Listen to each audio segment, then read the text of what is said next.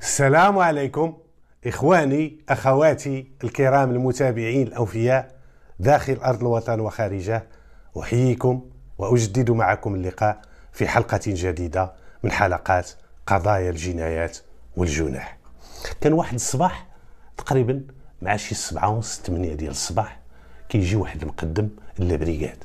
كما قلت لكم في هذه الحقبة ما كانوش التليفونات اللي غتعلموا جدارميه بشي حاجه، شي واحد غادي يعلمهم، ما كانوش لي بورطابل، خصو يجي برجليه.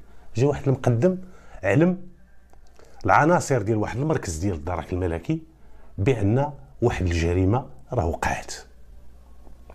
مجرد ما تلقاو العناصر ديال الدرك الملكي هذا النبأ وهذا الخبر اوتوماتيكيا غادي يتجندوا وغيتحزموا وغادي يكونوا واحد الفريق وغادي ينتقلوا لاي المكان. هذيك البلاصه اللي وقعت فيها هذه الجريمه كتبعد تقريبا بواحد 20 كيلومتر على المركز. وباش نعطيكم واحد الصوره، في هذه الحقبه هذه كانوا المراكز ديال الدرك الملكي عندهم منطقه النفوذ كبيره وكبيره بزاف، ماشي بحال دابا تقسمات. هاد لي بريغاد الكبار تقسموا، كاينه واحد المنطقه النفوذ اللي كانت تتحكمها مثلا واحد لا بريغاد، ولاو فيها دابا 3 لي بريغاد، تزادوا 2 اخرين باش يقسموا هذاك الدرك اللي كاين. تيك الحقبه كتلقى بريغاد شاده تقريبا قد منطقه النفوذ ديال واحد الجهه، اما حاليا ما بقاش داك الشيء. المهم انتقلوا لعين المكان، باللي وصلوا كيلقاو بان البلاصه واحد الضيعه فلاحيه ديال واحد السيد من الاعيان ديال المنطقه. ملي غادي يوصلوا غادي يلقاو عند الباب اي ضيعه فلاحيه كيكون عندها السور ديالها وكيكون عندها واحد المدخل رئيسي. المدخل الرئيسي كيكون ديما بالحديد، داك الباب الكبير ديال الحديد ملي كيدخلوا الطوموبيلات. هذاك الباب كان محلول شي شويه ما مسدودش، وحداه واحد الجثه ديال واحد السيد ملقى على الظهر ديالو، وتحت منه كاينه واحد البقعه ديال الدم، بركه ديال الدم.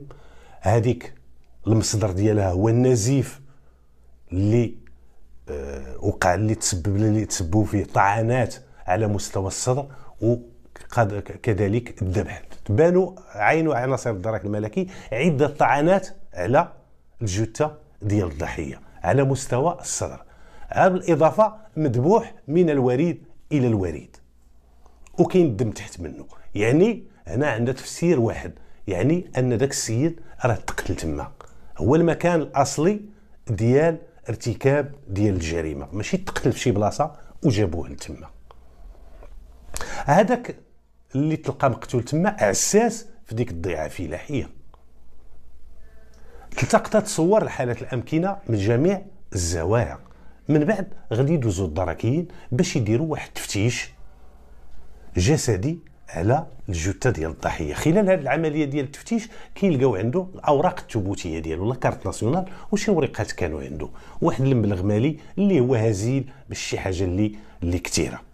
المهم ما فايتش واحد 100 درهم اللي تلقات عنده. عساس معروف، واخا ما تلقاتش عنده لا كارت ما كاينش اشكاليه ديال التشخيص ديال الجثه. علاش؟ لحقاش كان تيعرفوا الصغير والكبير، لحقاش هو كاين حاضر من واحد الدوار اللي هو قريب لديك الضيعه الفلاحيه. ديك الضيعه الفلاحيه جات معزوله على الدوار، وكانت ضيعه فلاحيه فيها بزاف ديال الهكتارات وفيها اشجار وفيها واحد الدار، واحد الفيلا مبنيه وسط ديك الضيعه الفلاحيه، وهي فين تيسكن هذاك مول الضيعه الفلاحيه. هذا ملي تلقاه هكا مقتول بطبيعه الحال غادي يسولوا الدركيين والناس المكلفين عاد بالبحث على مول الدار.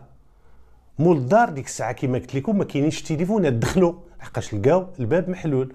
مجرد ما داروا المعاينات ديالهم وكملوها، السيد راه معروف، تهزات الجثه ديالو غادي تمشي للتشريح الطبي باش تخضع للتشريح الطبي، باش تعرف المستودع الاموات عفوا، باش تخضع للتشريح الطبي باش يتعرف السبب الحقيقي ديال الوفاه. من بعد غادي يقلبوا على مول الفيلا، تيدخلوا غاديين، كاينه ديك الدخله ديال الفيلا حتى ديال الفيرما عفوا، حتى كيطيحوا في الباب ديال الفيلا. الباب الفيلا لقاوه حتى هو محلول شي شويه. واش مول الفيلا فايق وما جاش. الجدرميه حضروا تما، كلشي حضر تما وما جاش. يعني بقات كتوضع عده علامات استفهام. ملي دخلوا الدركيين لوسط الدار كيلقاو بان الحوايج ديال ديك الاثاث اللي كاينه في ديك الفيلا كلها مبعثره مرميه في الارض. زادوا دخلوا كيلقاو في بيت النعاس بان مول هاد الضيعه الفلاحيه حتى هو مقتول بنفس الطريقه باش تقتل العساس ديالو، حتى هو عده طعنات على مستوى الصدر ومذبوح من الوريد الى الوريد. هنا الدركيين حاولوا باش يحافظوا على مسرح الجريمه، وغادي يديروا الرفع ديال البصمات اللي كاينه تما كامله باش قدر هذا الاجراء هذا القانوني يقدر يعطي شي نتيجه، ويقدر يكشف على الهويه ديال الناس اللي دخلوا داروا هذه الفعله هذه وارتكبوا هذه الجريمه. جريمه اللي مشاو فيها جوج ديال الارواح، جوج ديال الاشخاص، العساس ومول الفيرما. وتلقى الماريو ديال هاد السيد هذا، هاد مول الفيرما، تلقى الماريو ديالو كله مرميين. وللتوضيح هاد الحاج هذا كان عنده وليدات، ووليدات كانوا عنده في الخارج، كل واحد كلهم مستقلين، كلهم دايرين ديورهم. والزوجه ديالو كانت توفات وكان تيعيش بوحدو تمايا في ديك الضيعه. فاش كيجيو ولادو عنده راه كيعيشوا معاه في العطل، فاش ما تيمشيو وليداتو راه تيعيش بوحدو، ميسر عليه الله وما خاصو حتى شي خير. المهم هاد السيد هو تقتل. ملي كتشوف وكدير دراسه وقراءه الحاله ديال الامكنه، هذيك الحوايج مبعثره وسميتو، يعني هاد المجرم ولا هاد المجرمين اللي اقترفوا هاد الجريمه راه دخلوا لتما بغرض السرقه. بعد ما ترفعات هاد البصمات اللي كاينه في مسرح ديال الجريمه، الدركيين غادي يديروا واحد الجوله وسط ديك الفيلا باش يشوفوا ربما يلقاو شي حاجه اللي هي مفيده اللي تقدر تعاونهم في الابحاث ديالهم. ملي بقاو كيدوروا كيلقاو في واحد البيت بان الشرجم ديالو مهرس. كاين هذيك الفيلا عندها شراجم وما مسدودش داك الشرجم ديال الخشب ديال برا اللي كيكون الفدريش ما مسدودش، كاين غير الباب ديال غير الشرجم ديال الدجاج، وداك الدجاج مهرس. وداك الدجاج اللي داك الشظايا ديال الدجاج اللي تهرسات مرميه لداخل ما كايناش برا. هنا كاين واحد التفسير، يعني هذاك الشرجم هو منين دخلوا المجرمين. علاش؟ لحقاش داك الشرجم تهرس من برا، كنت تهرس من الداخل الدجاج غتلقاه مرمي على برا. مادام الدجاج مرمي لداخل وسط الدار يعني راه تهرس من برا، و100% هذاك هو المنفذ منين دخلوا المجرمين باش يقترفوا هذه الجريمه. اشنو تسرق من هذه الفيلا واشنو مشى ما غاديش يعرفوا الدركيين، ما كيعرفوش المحتوى ديال الدار، واش كاينه فلوس، واش كاين مجوهرات، واش كاين واش الله اعلم. هذه كامله تخمينات وتساؤلات ما عندهاش اجوبه. دارت الاجراءات كامله حتى ديك الضحيه الحاج مول الفيرما دار لي واحد التفتيش جسدي ما تلقى عنده حتى شي حاجه، الهويه ديالو معروفه، تخات صور الحالة الامكنه من جميع الزوايا. من بعد غادي تهز الجثه ديالو حتى هو غادي تمشي لمستودع الاموات باش تخضع للتشريح الطبي باش يتعرف السبب الحقيقي ديال الوفاه. حقاش واخا كتلقى الطعنات وكتلقى الذبحه من الوريد الى الوريد، ولكن انت غير مؤهل، ضابط شرطه قضائيه غير مؤهل باش يحدد اسباب ديال الوفاه. صاحب الاختصاص هو الطبيب الشرعي. داكشي علاش بحال هاد القضايا ضروري واخا كيكون واحد الجزم ديال 98% بان راه مات بديك الذبيحه، ولكن هذا الاجراء ديال التشريح الطبي ضروري ما كيدار باش تكشف الحقيقه كامله. تهزوا هاد الجوج مشاو، اول واحد غادي يديروا الدراكين. بعد ما كملوا الدراكين بطبيعه الحال داروا واحد الحمله تمشيطيه في ديك الفيرما كامله لعل وعسى يلقاو شي حاجه اللي تقدر تفيدهم في هذا البحث ديالهم، ولكن ما لقاو حتى شي حاجه.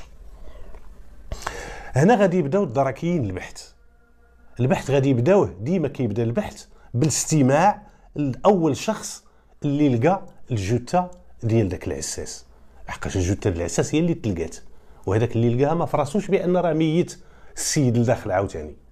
صحابو هو غير عسرات. وتا هو هذا اللي لقاها شكون هو على حسب الاقوال والافاده ديال المقدم، قال لك بان العساس الثاني، لحقاش ديك الفيرما كانوا عندها جوج عساسه، كان واحد العساس كيعس من 7 الليل ل 7 الصباح، وواحد كيشد من 7 الصباح ل 7 ديال العشيه، كل واحد كيشد 12 ساعه. شكون اللي لقى الجوته؟ هذاك اللي غادي يشد مع 7 الصباح، داك العساس الاخر الثاني. تم الاستماع ليه، التصريحات ديالو هي هذه، قال لك اودي انا مستخدم في هذه الضيعه الفلاحيه منذ زمان، منذ سنوات، وهو كيخدم عساس تما، هو والضحيه اللي تقتل. قال لك هو كيشد الليل والاخر كيشد النهار. علاش كيشد الاخر الليل والاخر النهار؟ قال لك اودي انايا مزوج، عندي وليدات وهو باقي عزري، ما عنده وليدات، مازال ما مزوجش. داكشي علاش قال لي انا راه الليل ما عندي وليدات، ما عندي حتى شي حاجه، الليل انا نتكلف به، انت بدا تشد النهار. قال لي هذا هو الاتفاق وبالرضا ديالو. قال لهم جيت كالعاده ديما كنجي مع 7 باش نشد عليه، باش نمشي هو يرتاح، باش يرجع عاوتاني مع 7 العشيه يشد خدمته. قال لك فاش جيت يلا وصلت قدام الباب، قال لك تنتفاجئ بالجوته ديال العساس اللي كيشد الليل، بان راه مرميه في الارض ومقتوله بديك الطريقه البشعه. قال لك تخلعت، قال لك انا ما دخلتش لداخل باش غادي نشوف شنو وقع، قال لك غير شفت هذاك تخلعت، قال لك مشيت كنجري عند المقدم علمته. قال لك وجا المقدم علمكم. هنا كاينه مجموعه ديال الامور اللي تخليك خصك تعمق البحث مع هذا السيد هذا. تعمق معاه البحث. داكشي اللي داروا الدركيين، خداو الافادات ديالو، قالوا ليه البارح غادي يرجعوا معاه لاستعمال الزمان ديالو. اشنو دار هذيك الليله؟ قال لهم ودي طلقت مع 7 مشيت للقهوه، شديت واحد البراد ديال اتاي انا وفلان وفلان، بقيت مجمع تمايا حتى ودنات العشاء. قال لهم ومشيت للدار ديالي.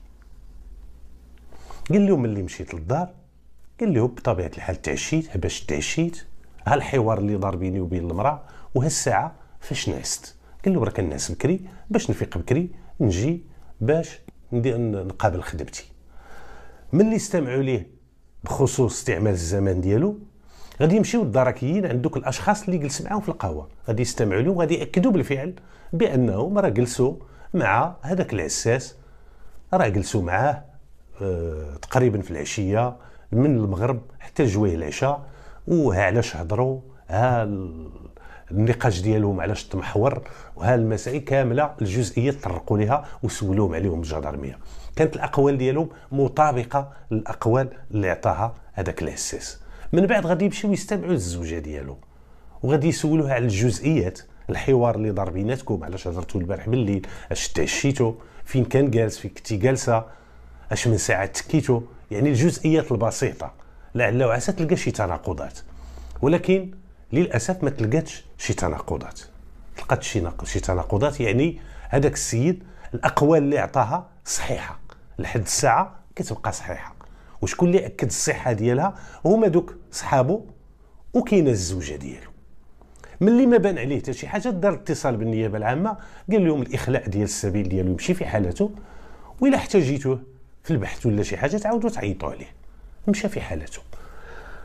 والتباشرات هنا تما باش يستمعوا الدركيين المكلفين بالبحث، يستمعوا الجوار، الناس اللي ساكنين حدا ديك الفيرما. ديك الفيرما كما قلت لكم جات في واحد المكان اللي معزول، ما حداش الجيران، ما كايناش ساكنه تما، لذلك تعذر على ضباط الشرطه القضائيه الاستماع للجوار لانعدامه اصلا، ما كاينش جوار.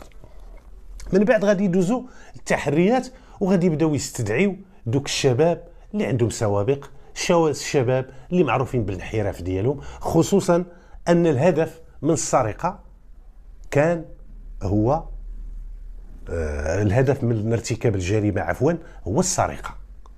علاش؟ لحقاش تلقات الحوايج مبعثره، الماريو تجبد، اشنو تسرق تما الله اعلم.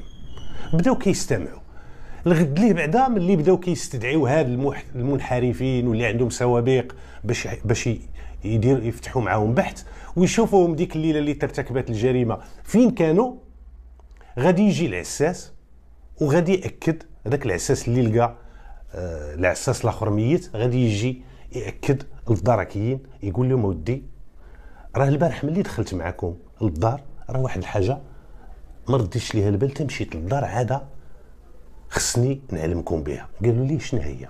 قالوا لي ودي راه ديما، قال لهم ودي راه كندخل مره للدار عند الحاج، نقضي ليه شي حاجه، نهز ليه شي بوطه، نبدل ليه البوطه، شي حاجه اللي ثقيله هذه. قال لي حنا انا اللي كنتكلف بها انا والعساس الاخر. قال له كندخل ديما، راه عنده هنا في هذا البيت واحد البلاصه، في البيت الفلاني راه عنده الخماسيه ديالو تيعلقها تماه. راه ملي دخلت معكم البارح راه ما بانتش ليا الخماسيه وما رديتش البال، نسيت ما قلت لكمش هذه القضيه هذه. يعني ها هي في السرقه راه اشنو تسرق الله اعلم. وكاينه حاجه اخرى مؤكده اللي هي السلاح الناري ديال الصيد الخماسيه، هو اكدها هذا العساس هذا الغد ليه. يعني هاد المجرمين داو الخماسيه. واش كاين القرطاس واش ما كاينش القرطاس؟ هذاك العساس قال لك غالبا تيكون القرطاس عند الحاج، لحقاش من الناس المولعين بالقنص. ملي قلبوا الدركيين اللائحه ديال الناس اللي حاملي السلاح عندهم في منطقه النفوذ ديالهم، كيلقاو بالفعل بان الحاج عنده واحد راه حامل السلاح، وكاين النوع و الرقم ديال هذاك السلاح. لحقاش داك السلاح اللي كيكون اي واحد عنده السلاح في منطقه النفوذ مثلا، يعني عند الجدرميه عند البوليس، تلقى عند الجدرميه مثلا دابا كتلقى المعلومات ديالو، الرقم ديال الرخصه ديال حمل السلاح، لاسورانس ديال الصيد، انت كتبدا انت كتكمل، كتلقى النوع ديال السلاح، الرقم ديالو، كاع هاد المعلومات وهاد المعطيات كتكون عند الجهاز ديال الدرك الملكي. قلبوا او ما عرفوا النوع ديال السلاح، عرفوا الرقم ديال السلاح، وعرفوا بان السيد بالفعل كان عنده سلاح. كانوا جاوا الوليدات ديال داك الحاج، استمعوا لهم باعتبارهم من ذوي الحقوق، استمعوا لهم، قال لهم ما عندناش شي معلومات اللي تقدر تفيدكم في البحث، وما عندناش كتف شي واحد. الوليد ديالنا ما كانت عنده عداوات، ما كان عنده خصام، ما كانوا عنده شكاوي مع في المحكمه مع شي واحد، ولا راه ما عنده حتى شي حاجه. الوليد ديالنا كان مسالم، جاب راسو الاتساع مقابل الصلاه ديالو، مقابل الدين ديالو، ومقابل شغالته الفلاحه ديالو، لا اقل ولا اكثر. قال لهم واش باكم كان عنده السلاح بالفعل؟ لحقاش كاينه وثائق كتثبت بان راه كان عنده السلاح. فين كيديروا؟ سولوهم على اساس اكما باهم تيخزن السلاح في شي بلاصه. قال لهم ودي السلاح ديما كيفاش كنجيو في الصيف راه كيكون معلق في الحيط، راه تيعلقوا الوليد ديالنا، وهذا خطا، هذا خطا. وهذه رساله للناس حاملي السلاح. عمرك تعلق السلاح في الحيط؟ السلاح ما كيتعلقش في الحيط، السلاح كيدار ليه واحد الخزنه اللي كتكون مأمنه باش تبقى مرتاح في دماغك، لحقاش هذاك راه بحال هز معاك العافيه، راه ماشي حاجه سهله. وكاين كاع اللي كيخلي القرطاس معاها. هذا العمل خطير وهذا السلوك خطير، خص الانسان يتفاداه. مشاو رجعوا قلبوا، بالفعل الدركيين بان لهم بان السلاح ما كاينش، اختفى. تاكدوا بان هاد المجرمين راه داو معاهم السلاح. بداو كيستمعوا بخصوص هاد الجرائم، هاد الجريمه المزدوجه اللي مشاو فيها جوج د الرواح. بداو تيستدعيو هذوك الشباب اللي معروفين بالانحراف ديالهم كما قلت لكم، واللي معروفين بالسوابق ديالهم، ودوك الشباب اللي وقت ما كتدور كتلقاهم، فين ما كانت شي سرقه تلقاهم، فين ما كانت شي حمله تمشيطيه تلقاهم. هذوك كاملين راه كيكونوا هما الاولويه ديال ضباط الشرطه القضائيه بحال هاد القضايا. علاش؟ حقاش الا ما كانش هو اللي يدير راه تيبقى الليله كامله هو كيطوطح، غادي يعطيك معلومات، يقدر يعطيك معلومات، يقول لك تلاقيت مع فلان، تلاقيت مع فلان، شت فلان، المهم يعطيك شي معلومه اللي تقدر تفيدك، لحقاش هادو ما كينعسوش بالليل. وباش يبري راسو تيحاول يعطيك اكبر عدد ديال المعلومات باش يبين راسو، وباش يبري الذمه ديالو. تيبدا يقول لك اودي انا ما درتش، راه فلان اللي كيدير داك الشيء، انا ما نقدرش نقتل، شكون اللي يقدر يقتل، شكون هادي. وكتبدا التحريات، وبداو كيستمعوا الدركيين اللي ما يزيد على 16 شاب اللي معروفين تما بالانحراف ديالهم، وحققوا بدقه في الصحه ديال الاقوال ديالهم، بالاعتماد على استعمال الزمان ديال كل واحد على حده. فتبين بان الاقوال ديال دوك الشبان كلها ما بانتش فيها تناقضات. يعني الاقوال ديالهم كانت صحيحه، يعني ما عندهمش شي علاقه بهذه الجريمه هذه. ما بانش هذا اللغز محير، واحد اللغز اللي أرق العناصر ديال الدرك الملكي. وهذه القضيه وهذه الجريمه خلقات واحد الفزع واحد الهلع في المنطقه، ولاو الناس خايفين، كلشي مخلوع، كلشي كيهضر عليها. يعني الدركيين غادي يولي هنا استنفار امني. واخا ما بانش ودازت ايام على هذه القضيه، ولكن كيبقى الاهتمام ديال الدركيين هو هذيك جريمه القتل. خصهم يتوصلوا شكون اللي قتل هذيك الجريمه، لحقاش ضباط الشرطه القضائيه اللي عندهم غيره وكيخدموا ضمير مهني، راه فاش كتكون عنده شي قضيه، راه فاش ما كينجحش بحال اللي مشات ليه شي حاجه. راه الا مشى لواحد العمليه وما نجحتليش كيجي بحال الا ضاعت ليه شي حاجه. انا راه عاشرت في المسار المهني ديالي نماذج من ضباط الشرطه القضائيه بهاد الصفات هذو، يعني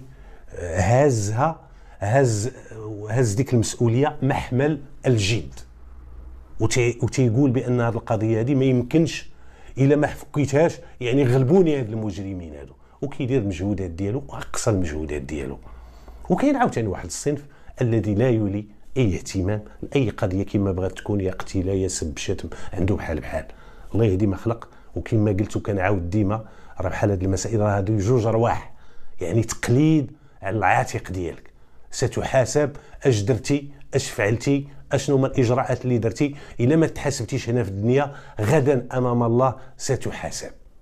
باش يعرف اي واحد يعرف راسو بان راه تابعه المحاسبه، ما تحاسبش هنا، اللي هي راه غادي يتحاسب.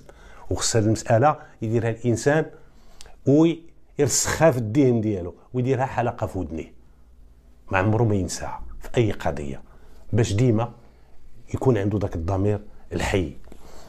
نكملوا القضيه ديالنا. كما قلت لكم، التحريات كانت معمقه وشملات جميع المشكوك في الامر ديالهم في المنطقه تما، ولكن بدون نتيجه ايجابيه. دازت واحد المده ماشي طويله، واحد الصباح عاوتاني تقريبا مع شي 6 الصباح كيتعلموا نفس المركز ديال الدرك الملكي بان واحد البيكوب راه مقلوبه وراها محمله بالممنوعات. كانت اكياس ديال القنب الهندي. انتقلوا الدركيين لأي المكان.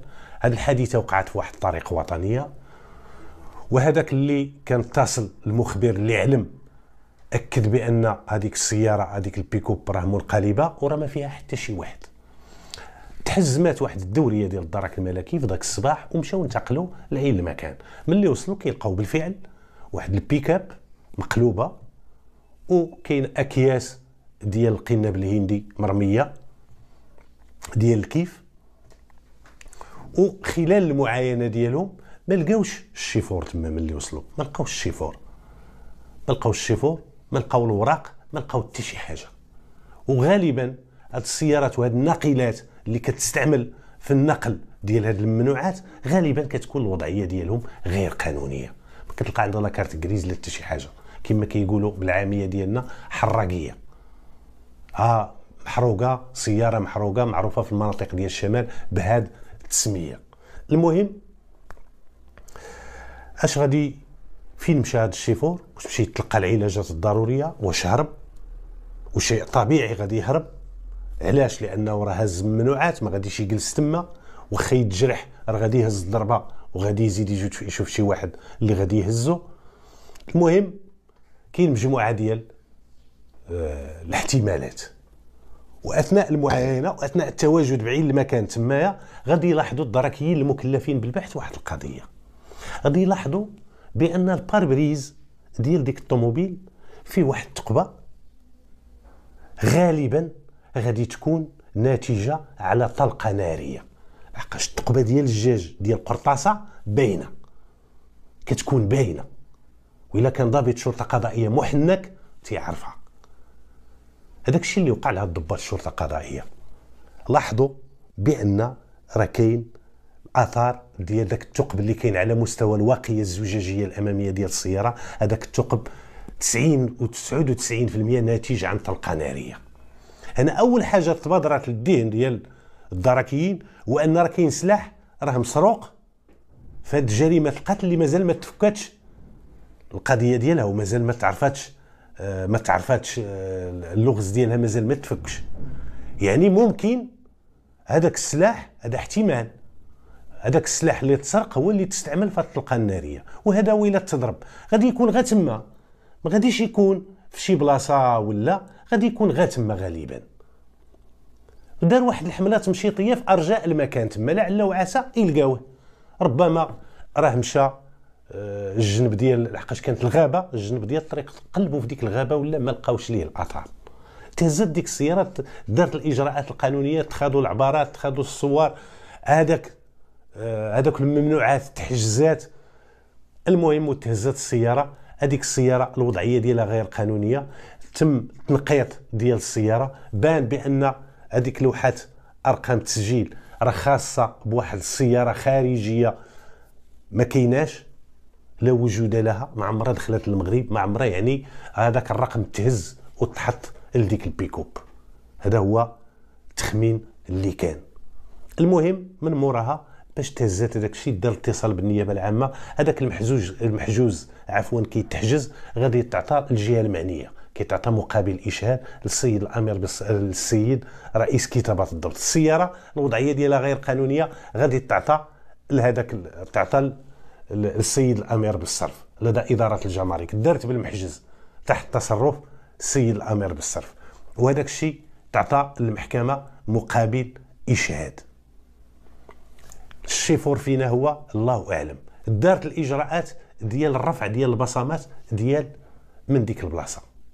شكون هو هذا اللي كان سيق ديك الطوموبيل باش يتعرف شكون هو؟ داروا ضباط الشرطه قضائيه العمليه ديال رفع البصمات، ومن بعد غادي يوصلوا الابحاث ديالهم، وقلبوا تما، داروا دوريات تمشيطيه، ولكن للاسف ما قدروش يتوصلوا لشي نتيجه ايجابيه.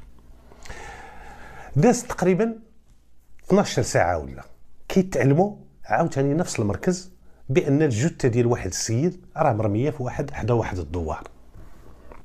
مشاو كيجريو الدركيين، تحزموا، كونوا واحد الفريق، دوريه مكونه من فريق ديال الدركيين، مشاو لعين المكان اللي نعتوا ليهم. ملي كيوصلوا كيلقاو ديك البلاصه حتى هي بانها خاليه من السكان ومن المعره،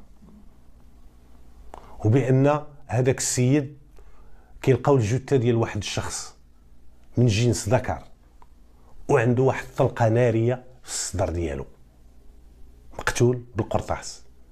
يعني من غير المستبعد هنا غادي يربطوا الدركيين هذيك الحادثه تسير مع هاد العثور على هذه الجثه. يعني 100% راه كاين علاقه. ربما يكون هذاك الشيفور اللي تضرب تما، اللي تلقات الاثار ديال الطلقه الناريه في الباربريز، ربما هو اللي تضرب وتهز الطرمه هنا، ولا جا على رجليه ما مات تما. هذه كلها تخمينات. دارت الاجراءات. هذاك السيد ما عنده حتى وثيقه ثبوتيه، لا لاكارت ناسيونال لا البيرمي لا حتى حاجه. دار ليه الرفع ديال البصمات، الهويه ديالو مجهوله، ما عرفها حتى شي واحد في المنطقه تمايا. دار ليه الرفع ديال البصمات باش يتعرف شكون هو، وتهزات الجثه ديالو بعد ما كملوا الاجراءات كامله. تهزات الجثه ديالو غادي تمشي لمستودع الاموات قصد الاخضاع ديالها للتشريح الطبي باش يتعرف السبب الحقيقي ديال الوفاه.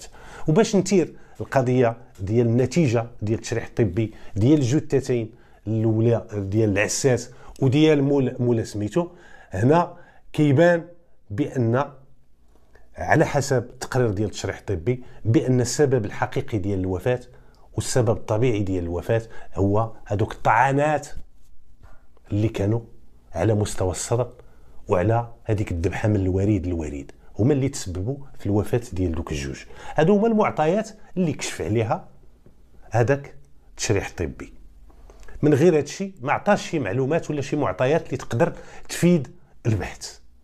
هذا حتى هو مشى يدار ليه البحث، يدار ليه التشريح الطبي، ومسبقا الدركيين راه على يقين بان السبب الحقيقي ديال الوفاه هو ديك الطلقه الناريه اللي كانت عنده على مستوى الصدر. هنا غادي يتزاد الهلع ويتزاد انعدام، الدرجه ديال انعدام الامان والطمانينه عند السكان. هما جوج جثات، ها جثه اخرى. هنا الدركيين غادي يفتحوا بحث في هذه النازله. اول واحد غادي يستمعوا ليه شكون اللي بلغ على هذه الجثه، شكون اللي بلغ عليها؟ واحد من السكان ديال داك الدوار اللي قريب. ملي استمعوا ليه الدركيين في الافاده ديالو اش كيقول؟ تيقول لك بان انا كنت واقف حدا الدار ديالي حتى كتبان ليا واحد السياره بيضاء ما كيعرفش اللون ديالها والرقم ديالها ما عرفوش. قال لك راه كانت بعيده عليا ما يمكنش باش نعرف النوع ديالها والرقم ديالها. راه نزلوا منها واحد الجوج وهزوا هاد الجثه حطوها في هاد البلاصه هادي وداروا مشاو في حالاتهم. هادوك الناس واش ما كتعرفهمش؟ قال لك اودي ما يمكنش نعرفهم لحقاش المسافه بعيده باللي كتفصلني على البلاصه اللي وقعت هاد الواقعه هادي. قال لك ما يمكنش نعرفهم، ما عرفتهمش. عطى اوصاف مقربه لدوك الجوج، قال كاين واحد فيهم طويل وكاين واحد قصير. هادو هما المواصفات، من غير هادشي ما عطى حتى شي حاجه. يعني هنا الدركيين تاكدوا بان هذاك مول الطوموبيل راه تهز وطحت تما. واش هادوك اللي قتلوه؟ واش عده تساؤلات، ولكن في غالب الاحيان هادوك اللي هما اللي قتلوه، هما اللي صفاوه، هما اللي تيراو فيه وحطوه تما. هنا من خلال التحريات توصلوا للدركيين اللون ديال السياره، النوع لا، واوصاف مقربه لهاد الجوج هادو. دارت تحريات وبدات عاوتاني الاستماع للاشخاص تمايا والناس ديال الدوار، شكون اللي كان، شكون اللي عنده سياره بيضاء، شكون اللي عنده هذه. بدات هذه التحريات وبداو كيستدعيو الدركيين المكلفين بالبحث مجموعه ديال الاشخاص وبداو كيستمعوا لهم وكيعمقوا معاهم البحث وكيعتمدوا على استعمال الزمن ديالهم في كانوا ديك الساعه فين هذه. ولكن هذه العمليه هذه وهذه الاجراءات كامله وهذه الابحاث كامله لم تسفر عن اي نتيجه ايجابيه. وهذا اللغز غامض، وبقاو هاد المجرمين غير معروفين مجهولين وفي حالة فرار وفي منأى عن القبضة الأمنية. يعني مازال ما تعرفوش، يعني ما غاديش يتشدوا. فاش ما كتعرفش المجرم ما يمكنش غادي تشدوا، لحقاش مازال ما عرفتيش اصلا، مازال ما وصلتيش للتحديد ديال الهوية ديالو. وبقات الامور هكا، وكان استنفار امني وكان عدة دوريات كدار بالليل لعل وعسى تعطى شي نتيجة. والدركيين داروا المجهود ديالهم باش يرجعوا ديك الثقه للمواطن اللي ولا خايف في ديك المنطقه، ولات هذه الجرائم هي الحديث ديال الصغير والكبير في المنطقه تمايا. وكانت كتبت عليها مجموعه ديال المنابر ومجموعه ديال الجرائد الوطنيه كتبت على هذه النازله اللي كنعاود لكم دابا. المهم من موراها هذا عاوتاني ما تعرفش شكون. المعلومات اللي توصلوا هاد الدركيين بقاو تيقلبوا من موراها تقريبا شي 4 ايام 5 ايام غادي توقع واحد الواقعه اخرى عاوتاني. غادي يتعلموا بالليل مع شي 3 ديال الصباح بان راه واحد السياره راه واقفه جنب ديال الطريق وراه مولاها مقتول. تلقاو الدركيين هذا النبأ اللي هو محزن، وهذا النبأ زاد من التوتر ديالهم وزاد من الخوف ديال المواطنين. يعني غادي يولي رعب، الرعب غادي يولي يسكن الناس ديال المنطقه. كل مره كيتقتل واحد في بلاصه يعني ماشي حاجه سهله، وارواح بشريه تزهق. وهذا الدركيين راه كيديروا اللي في جهدهم. وفي تيك الحقبه راه كانت لابريغاد كتلقى فيها 8 ديال الدركيين اللي تلقى فيها، ما تلقاش اكثر منها. علاش؟ لحقاش كانت قله في الموارد البشريه، يعني كانوا متجاوزين. ورغم ذلك كانوا كيديروا المجهود ديالهم ولكن ما توصلوش لشي نتيجه. وكانت المؤازره ديال السكان ديال المنطقه كيعاونوهم بالمعلومات، كيعاونوهم لحقاش قضيه اللي كتهم الراي العام وكتهم الناس ديال المنطقه. هنا راه الامن ديال المنطقه كله راه مقيوس، يعني خص جميع الجهود تضافر وجميع المصالح تنسق بعضياتها باش يفكوا اللغز ديال هذه الجرائم ديال الارواح البشريه التي تزهق بهذه الطرق البشعه. انتقلوا كما قلت لكم ملي توصلوا لذاك النبأ، غادي ينتقلوا مباشره بعد ما تقتل هذاك 3 ايام 4 ايام. غادي يمشيو غادي يلقاو واحد الكاط فيها خسائر ماديه مضروبه من الجنب مضروبه من القدام ديالها، وفيها الاثار في الاطار ديالها في الشاسي ديالها كاين اثار ديال طلقات ناريه. وغادي يلقاو حداها تقريبا واحد 10 متر ولا غيلقاو السائق ديالها مقتول بطلقه ناريه عنده في الصدر، وحداه تقريبا شي 5 متر ولا غادي تلقى المرافق ديالو اللي كان معاه حتى هو مضروب، ولكن لحسن الحظ سلكوا الله، كانت جاتو الضربه في الكتف ديال القرطاسه، وهذوك المجرمين يحسب ليهم راه قتلوه، مع كان الليل والظلام، مع غير ضربوه طاح، من اللي طاح قالوا راه مات، هو راه ما ماتش. اول حاجه هنا كتهم هي الحاله الصحيه ديال داك السيد، هي اللي عندها الاولويه. غادي يتصلوا رجال الدرك الملكي بمصالح الوقايه المدنيه، غادي ينتقلوا العين المكان، غادي يهزوا هذاك الجريح، غادي يديوه للمستشفى باش يتلقى العلاجات الضروريه. الاخر كان جثه هامده، هي واحد الجثه اخرى تزاد، يعني 4 الجثات اللي طاحوا في ديك المنطقه، 4 الرواح. شكون اللي كيقتل هاد الرواح الله اعلم. غادي يديروا الدركيين التحريات ديالهم، وغادي يديروا الاجراءات ديالهم، المعاينه ديالهم، عاوتاني داك الضحيه غادي يتهز، غادي يمشي بعد ما كملوا الاجراءات ديالهم. الهويه ديال هاد الجوج كانت معروفه، الاخر كانت عنده هذاك الشيفور، كانت عنده الورق ديالو ديال السياره ديالو في الوضعيه ديالها قانونيه، كانوا الورق محطوطين في البواطاكون ديال الطوموبيل، جبدوهم الدركيين من تما، والاخر كان مازال حي. يعني ما كاينش اشكاليه ديال التحديد ديال الهويه في هذه الحاله هذه. من بعد تهزت ديك السياره، مشات من اجل الحراسه دارت، لحقاش هذا الاجراء هذا كيدخل في اطار حمايه الممتلكات ديال الغير. غادي تهز ديك السياره، غادي تحط في مستودع ديال الاموات، لحقاش هذيك السياره دابا مولاها راه مات، ولات من التركه، يعني غتولي تحت التصرف ديال العداله، هي اللي تعطيها الورثه ديال هذا السيد اللي مات. هذاك السيد تعلمت العائله ديالو، دارت الاجراءات القانونيه كامله، من بعد تهزت الجثه ديالو لمستودع الاموات باش تخضع للتشريح الطبي. عاوتاني الدركين غادي يمشيو ينتقلوا للمستشفى باش يوقفوا على الحاله الصحيه ديال هذاك اللي مضروب بالقرطاس. هذاك اللي مضروب بالقرطاس غادي يلقاو بان تلقى العلاجات الضروريه، الحاله الصحيه ديالو الحمد لله تحسنات، واكد لهم الطبيب المداوم بان الحاله ديالو راه كتسمح ليه باش يعطي تصريحات في الموضوع. استمعوا ليه الدركيين بخصوص هذه النزيله، قال لهم بان انا وهذا الصديق ديالي حنا جينا نشريو واحد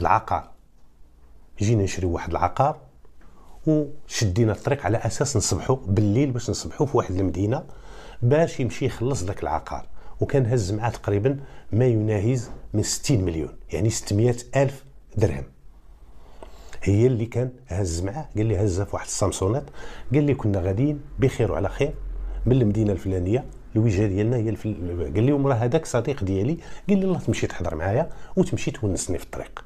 قال لهم جيت معاه، قال لهم لقيت فاش جينا في الطريق توصلنا هذا المكان اللي وقعت فيه الحادثه، قال لي كنتفاجئوا بواحد السياره بيضاء، قال لي كتدخل فينا، قال لي ملي ما بغيناش نوقفوا، قال لي جبدوا الخماسيه وبقاو بالقرطاس، طاف بالقرطاس، قال لي في التالي غادي يضربونا البنو وتفرقع البنو، وقفات الطوموبيل. قال لي ملي وقفات الطوموبيل قال لي هبطوا عندنا، قال لي حنا حاولنا باش نهربوا، قال لي الفلوس كان هزها الاخر في يديه في السامسونات الشيفور، نزل من الطوموبيل ديالو وهرب. قال لي انا هربت قبل منه، قال لي جبدوا الخماسيه تيراو فيه هو الاول، تيراو فيا انا الثاني. قال لهم انا صحابهم واش مت؟ قال لهم طحت، قال لي بالفعل طحت الارض ما قديتش النوض، قال لي الاخر مات. قال لي حيدوا ليه السامسونات ديال ديك الفلوس اللي كانت ذاك المبلغ المالي الضخم، داوه ومشاو في حالتهم. عطى الاوصاف ديال هاد الجوج، قال لك واحد رقيق طويل وواحد قصير، السياره بيضاء، وزاد النوع ديال السياره، قال لهم السياره النوع ديالها. استمعوا الدركيين، خداو هاد المعطيات، غادي يحاولوا يستثمروا هاد المعطيات، وغادي يبدلوا القصاره ديال الجهد ديالهم لعل وعسى يوصلوا الفك ديال اللغز ديال هاد الجرائم المتسلسله. اش غادي يديروا؟ غادي يعمقوا الابحاث ديالهم في الاوساط ديال الساكنه، شكون اللي عنده شي طوموبيل من داك النوع باللون ابيض، خصوصا انها مضروبه دابا، غادي تكون فيها ضربه. علاش؟ لحقاش دخلوا في ديك الكارت، يعني غتكون خسائر ماديه في الاطار ديالها في الشاسي ديالها، شيء طبيعي. وبداو تيسولوا شكون اللي عنده الطوموبيل من هنا من هنا من هنا. تقريبا دامت التحريات ديالهم شي يومين تقريبا، غادي توصلوا من خلال واحد المصدر ديال المعلومه ديالهم بان هذيك السياره بديك المواصفات راه ما كتجي للمنطقه، ولكن كتجي ماشي كتجي مثلا راه دي مولاها كاين في المنطقه، كيجيبها واحد غريب على المنطقه ولكن كيكون معاه واحد ولد المنطقه. شكون هذا ولد المنطقه اللي كيكون معاه؟ كيكون معاه فلان هو اللي كيكون معاه. هادو هما المعلومات اللي عطاها هذاك اللي سلك، هذاك الناجي من ذاك الاعتداء. بداو كيسولوا المهم كما قلت لكم كاينه طوموبيل كيجي فيها براني، وهذاك البراني كيجي راكب معاه واحد ولد البلاد. شكون هذا ولد البلاد؟ فلان. هذاك فلان كان رقيق وكان طويل.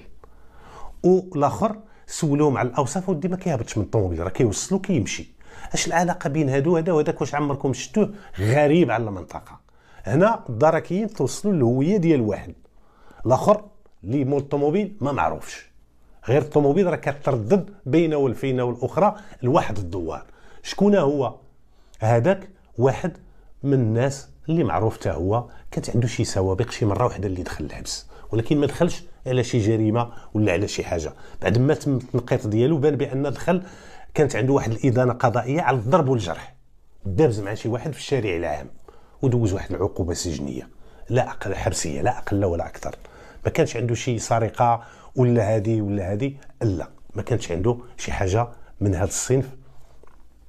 هذا غادي يتحروا عليه من بعد عن بعد الدركيين، وغادي يسولوا عليه وقال لهم راه مره كيغيب، مره اللي كيجي. انا الدركيين غيديروا مراقبه على المحل ديال المسكن ديالو، على الدار ديالو، مراقبه بلا ما يثيروا الانتباه ديال حتى شي واحد. علاش؟ لحقاش الا علموه وصلته الخبار بان الدركيين كيقلبوا عليه غادي يهز راسو، غادي يطج وما غاديش يشدوه.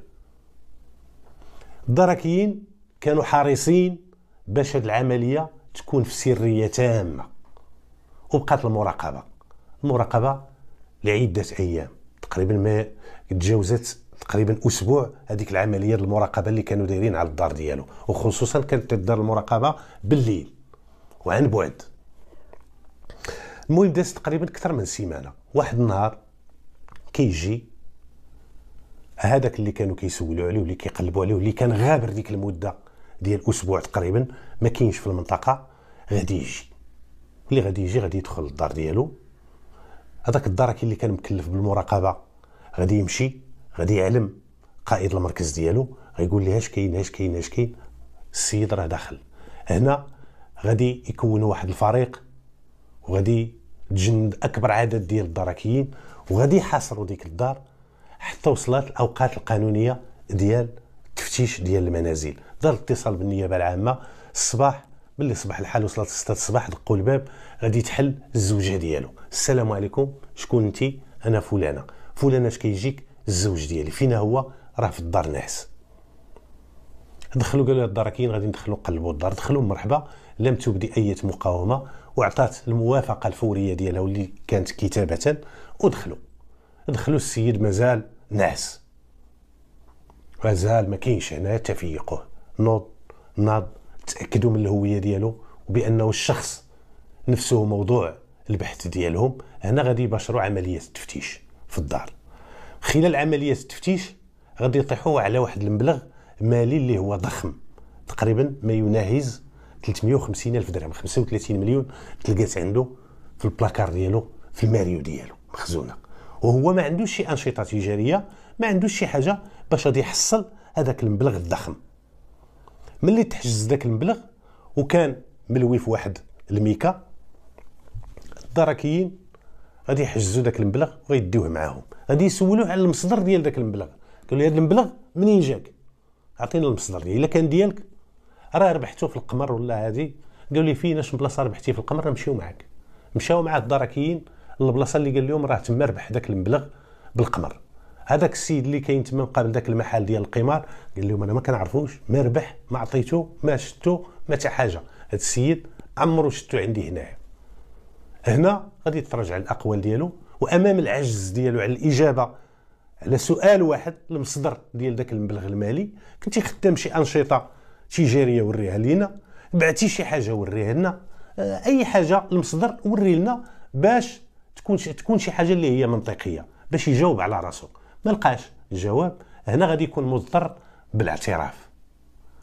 غادي يعترف، غادي يقول لك بان الاعتراف ديالو غادي يكون شامل وغادي يجبد فيه جميع القضايا. قال لك بان كان تقريبا شي عام ونص كان وقع عليه واحد الخصام مع واحد السيد من البلده ديالو.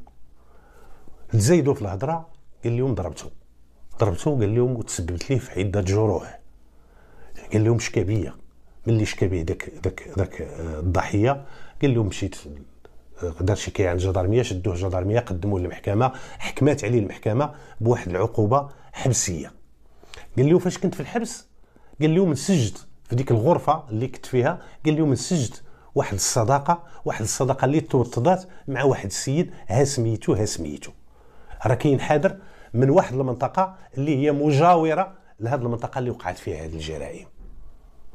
قال لي درت معاه علاقه صداقه توطدات العلاقه ديالنا. قال لهم ملي كنت تمايا، قال لهم اقترح عليا، كان هو قريب يخرج، قال لي كانت بيناتنا تقريبا واحد الشهرين اللي كتفصل بيناتنا. قال لهم نخرج انا من بعد غادي يخرج هوايا. قال لهم ملي خرج، قال لهم ملي كنا في الحبس اقترح عليا باش نديروا عمليات، وقال لي راه شوف غادي دير لاباس وراه غادي نصوروا فلوس وهذه، ولكن خاصنا طوموبيل وخصنا الخماسيه. قال لي ملي خرجت تلاقينا، سول فيا، جا عندي للدوار، قال لي تلاقينا، قال لي اول حاجه غادي نبداو بها، قال لي غنبداو بالسرقه ديال السياره. قال لي سرقنا واحد السياره طوموبيل بيضاء ها النوع ديالها، قال لي وراه بدلنا ليها البلايك، قال لي راه بدلنا ليها البلايك، دايرين ليها واحد البلايك غا مزورين ماشي ديالها. قال لي ومن بعد بقينا كنقلبوا على السلاح، قال لي خصنا السلاح. قال لي ملي سولني على السلاح ووصلنا للسلاح، قال لي هنا غادي نقترح عليه واحد الفكره. قال لهم انا ديك الضيعه الفلاحيه اللي تقتل فيها داك العساس ومول الحاج مول الضيعه، قال لهم انا خدمت فيها واحد المده هذه. قال لي ودخلت لديك الدار وعرفت بان السلاح كيكون معلق معلقه في الحيط وسط الدار. قال لي واقترحت على هذاك باش غادي نمشيو نقترفوا ديك السرقه في ديك الفيلا. قال لي هي هذيك مشينا لقيت على العساس، قال لي حل لي الباب بحكم انه كيعرفني وابن الدوار ديالي. قال لي حل لي الباب، قال لي ملي حل لي الباب، قال لي انا كنهضر معاه، قال لي كان عاطي بالظهر للباب، قال لي انا دخلت لداخل، قال لي جا موراه هاد المجرم الاخر اللي كان شريكه في هاد الجرائم هذه، قال لي جا من موراه، قال لي شدو، قال لي ذبحوا من الوريد للوريد وبدا كيعطيه الصدر. قال لي طاح تما، قال لي ملي طاح ردينا الباب، قال لي دخلنا، قال لي قلت ليه راه ما قلتلكش نقتلوه، علاش قتلتيه؟ قال لي زيد اش نقتلوه؟ قال لي واش نخليوه يبقى حي ويمشي يشكي بك؟ انا راه ما كيعرفنيش، انت راه كيعرفك، راه قتلتو على ودك. قال لي وزدنا، قال له مشينا دخلنا لداخل، قال له بقينا كندوروا بالفيلا، قال لي انا كنت عارف هذاك الشرجم تيكون ديال الدجاج وما كيتسدش، غالبا ما كيتسدش. قال لهم هذه كنت كنلاحظها لعده مرات. المهم هذا السيد هذا قال لك بان دخلوا من الدجاج بعد ما هرسوا الدجاج ديال الشرجم، دخلوا من تما، دخلوا لداخل. قال لهم السيد كان ناعس، ما دا ما جاب، ما سمع حتى ديك التريسه ديال الدجاج، ما سمعهاش داك الحاج. قال لي دخلنا لوسط الدار عنده، قال ليه بدا عليه كيضربوا للصدر، قال لي بدا كيغوت، قال لي هو يدوز عليه، قال لي حتى هو قتلو بنفس الطريقه باش قتل الاخر. قال لي وقلبنا تما، قال لي لقينا عنده واحد المبلغ مالي تقريبا شي 12 مليون. قال لي وعاوتاني مشينا قلبنا على السلاح في البلاصه اللي كنت مطالع عليه راه كيكون فيه. قال لي ديك الساعه هزينا السلاح، قال لي ملي كنا كنقلبوا وكنهزوا كنقلبوا على الفلوس، قال لي لقينا القرطاس، هزينا القرطاس حتى هو، قال لي ومشينا في حالاتنا. على البصمات قال لي ما غاديش تلقاو بصمات لحقاش كنا مقدمين الليغات، قال لي كنا مخدمين الليغات وما كنخليوش شي اثار من مورانا، لحقاش هذاك المجرم قال لي كان محترف وعارف اش كيدير وكيعرف راسو فين تيحط رجليه. المهم هذا قال له من بعد غادي نقترفوا الجريمه ديال ديك البيكوب. قال لي تيرينا فيه، قال لي كان هز شي فلوس وكانت عنده السلعه ما عندنا ما نديروا بها، قال لي دينا الفلوس، قال لي وهزيناه ما بغيناش نحطوه تما، قال لي هزيناه مشينا رميناه الجنب ديال الغابه. والاخرين عاوتاني قال لي ودرنا ليهم واحد المكيده، تعرضنا ليهم، قال لهم كانوا حبسوا في واحد الستاسيون، قال لي عرفناهم بانهم راه عندهم الفلوس، باينين من اللباس ديالهم ومن الطوموبيل ومن هذه. قال له تبعناهم من الستاسيون فاش تعشاو، قال لي بقينا تابعينهم. قال له توصلوا ديك البلاصه اللي خاليه وما فيهاش حركات المرور بزاف. قال لي هي هذيك. فاش دخلنا فيهم في الطوموبيل قال له بدينا بالقرطاس، قال لهم ملي هبطنا تيرينا في الاول قال لي الاخر هو اللي كيتيري، قال لي انا غير كنحضر. قال لي تيرا في الاول تيرا في الثاني، قتلناهم بجوج، صحابه هو راه ماتوا بجوج. قال لي وراه كان الاخر هز واحد السامسونات ديال الفلوس، شحال كان فيها القدر المالي اللي كان فيها، قال لي دينا داك الشيء ومشينا. قال لي هادو هما العمليات اللي درنا، من غير هاد الشيء راه ما درنا حتى شي حاجه. يعني هادو قتله متسلسلين كيقتلوا هذا ويقتلوا هذا ويقتلوا هذا ويقتلوا هذا. علاش؟ بغرض السرقه. يعني لو موبيل ديالهم والهدف ديالهم من اقتراف هذه الجرائم هو تحصيل المال. عارفين الطمع ديال الدنيا هو اللي خلاهم يقتلوا انسان كيتيريو في واحد بحال تيراو في حيوان ولا في بعوضه ولا حيوان كتيري فيه وكيبقى فيك، فما بالك بالبشر. يعني الانسان فاش يدير هذه الجرائم وحده مور وحده، يعني راه ولا مجرم بالفطره وراه تجرد من الانسانيه ديالو. من بعد الدركيين غادي يقول لي شكون هذا صاحبك وهذا الشريك ديالك في هذه الجرائم؟ قال لهم فلان، ها فين كاين ها فين كاين. هزوه الدركيين مشاو معاه للدار ديال هذاك، قلبوا عليه في الدار ما لقاوهش، لقاوه جالس في واحد القهوه، تحصرت ديك القهوه، تعتقل حتى هو ولقي عليه القبض. جابوه واجهوه بالاعترافات ديال هذا، قال لهم اودي هذا الشيء اللي كاين. فين هو السلاح؟ اعترف حتى هو بنفس الشيء وبنفس الطريقه. تا هو ديك الدار دخلنا من الشرج من اللوراني، هرسنا الدجاج ودخلنا هنا. وباش نثير انتباه ديال ضباط الشرطه القضائيه، مثلا درتي المعاينه ديالك، فاش داروا ضباط الشرطه القضائيه المعاينه، قالوا بان لهم بان شي واحد راه مهرس الدجاج، داروها في المعاينه ديالهم. فاش كيعترف الانسان كتشدو كتعرفوا داير، تيقول لك دخلت من الدجاج هرستو دخلت، كتعرف كاين تطابق بين المعاينات ديالك وبين الاعترافات ديال هاد الناس، كتعرف دوك الناس. هذا هو الدور ديال المعاينات، هذا هو الدور ديالهم. كتعرف بان واش داك الانسان هو اللي داير، لحقاش كاين بعض المرات راه جريمه دايرها واحد ويجبد الفلوس يعطي لواحد ويقول لي سير لبس بلاصتي جريمه، ويجي عندك يقول لك انا اللي درت. تقول لي منين دخلتي؟ ما كيعرفش. فين هي الدار؟ ديه الدار بعدا اصلا قول لي فين الدار اللي اقترفتي فيها الجريمه، ما يعرفش. يعني هذا هو الدور ديال اعاده التمثيل ديال الجريمه وديال المعاينات. فاش كتلقى التطابق بين المعاينات ديالك وبين الاعترافات، كتعرف هذاك بان راه كيهضر هضره ديالو حقيقيه، وهذيك هي الحقيقه. هذا غير قوس فتحته. نكملوا. المهم اعترف كما اعترف الصديق ديالو والشريك ديالو، اعترف بكل شيء جمله وتفصيلا. سولوه على السلاح قال لهم كندفنوا في واحد البلاصه. داهم لواحد البلاصه، حفروا لقاو بالفعل. لو كنتو باقي كتعقلوا على دوك الخناشي ديال لي زونغري اللي كيكونوا بالبلاستيك بالميكا، اللي هو الخماسيه وسط واحد الخيشه ديال البلاستيك ديال لونغري، وحفر ليها ودفنها تما. تجبدات هذيك التحجزات هي ديال هذاك الحاجم والفيرما. باقي شي قرطاس لقاو عندهم تقريبا شي 3 القرطاسات اللي باقيين عندهم حتى هما تحجزوا. بناء على الاعترافات ديالهم وبناء وبعد ما تم حجز اداه الجريمه، ذاك الموس باش قتلتي فينا هو؟ قال لهم هذاك الموس تخلصت منه في الخلاء ملي قتلنا الحاج والاخر ودينا الخماسيه، رميت بداك الموس في الغابه، ما عرفتوش، ما عقلتش فين رميته. ولكن اداه الجريمه اللي تقترفت بها الجريمه ديال داك مول البيكوب وديال ديك مول الكاط بطبيعه الحال هي الخماسيه، راه تحجزات. بعد ما اعترفوا وضمنات الاعترافات ديالهم في المحضر، الغد ليه غادي يدار لهم غادي يدار الاجراء ديال اعاده تمثيل ديال هاد الجرائم هادو. دار هذا الاجراء هذا اللي توثق بصور، هاد الصور اللي غتكون اللوحه الفوتوغرافيه اللي غترفق بالمسطره. بعد ما كملت المده القانونيه كانوا داروا طلب التمديد، مددوا لهم الحراسه النظريه 24 ساعه اخرى، يعني دوزوا 72 ساعه. وبعد ما كملت هذه المده القانونيه غادي يتقدموا امام انظار السيد الوكيل العام. بعد الاستنطاق ديالهم اعترفوا جمله وتفصيلا بجميع هذه الجرائم اللي تقترفت. بناء على الاعترافات ديالهم غادي يحيلهم السيد الوكيل العام على قضيه التحقيق. قضيه التحقيق غادي يستنطقهم بالدور ديالو، غادي يعترفوا ليه وغادي ياكدوا الاقوال ديالهم اللي كاينه في محضر الضابطه القضائيه، بناء على الملتمس ديال النيابه العامه وبناء على الاعترافات ديال هاد المجرمين. يدار لهم الايداع في السجن. بعد ما دوزوا جميع مراحل ديال التحقيق بطبيعه الحال غادي يتحال الملف ديالهم على الجلسات. بعد ما راجل الملف ديالهم في الجلسات صدر في حقهم واحد الحكم نهائي حائز لقوه الشيء المقضي به اللي هو الاعدام. صدر في حقهم بجوج الاعدام. وهذيك الفلوس اللي تحجزات عند الاخر هذيك راه تعطات مقابل اشهاد للمحكمه، كتعطى للسيد رئيس كتابه الضبط لدى محكمه الاستئناف المختصه ترابيا، كتعطى هذاك راه محجوز حتى هو هذيك الفلوس.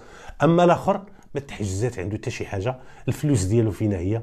قال لهم راه قمرت بها، ما يمكنش نقمر بها 100%، خزنها في شي بلاصه وما بغاش باش يعترف بها.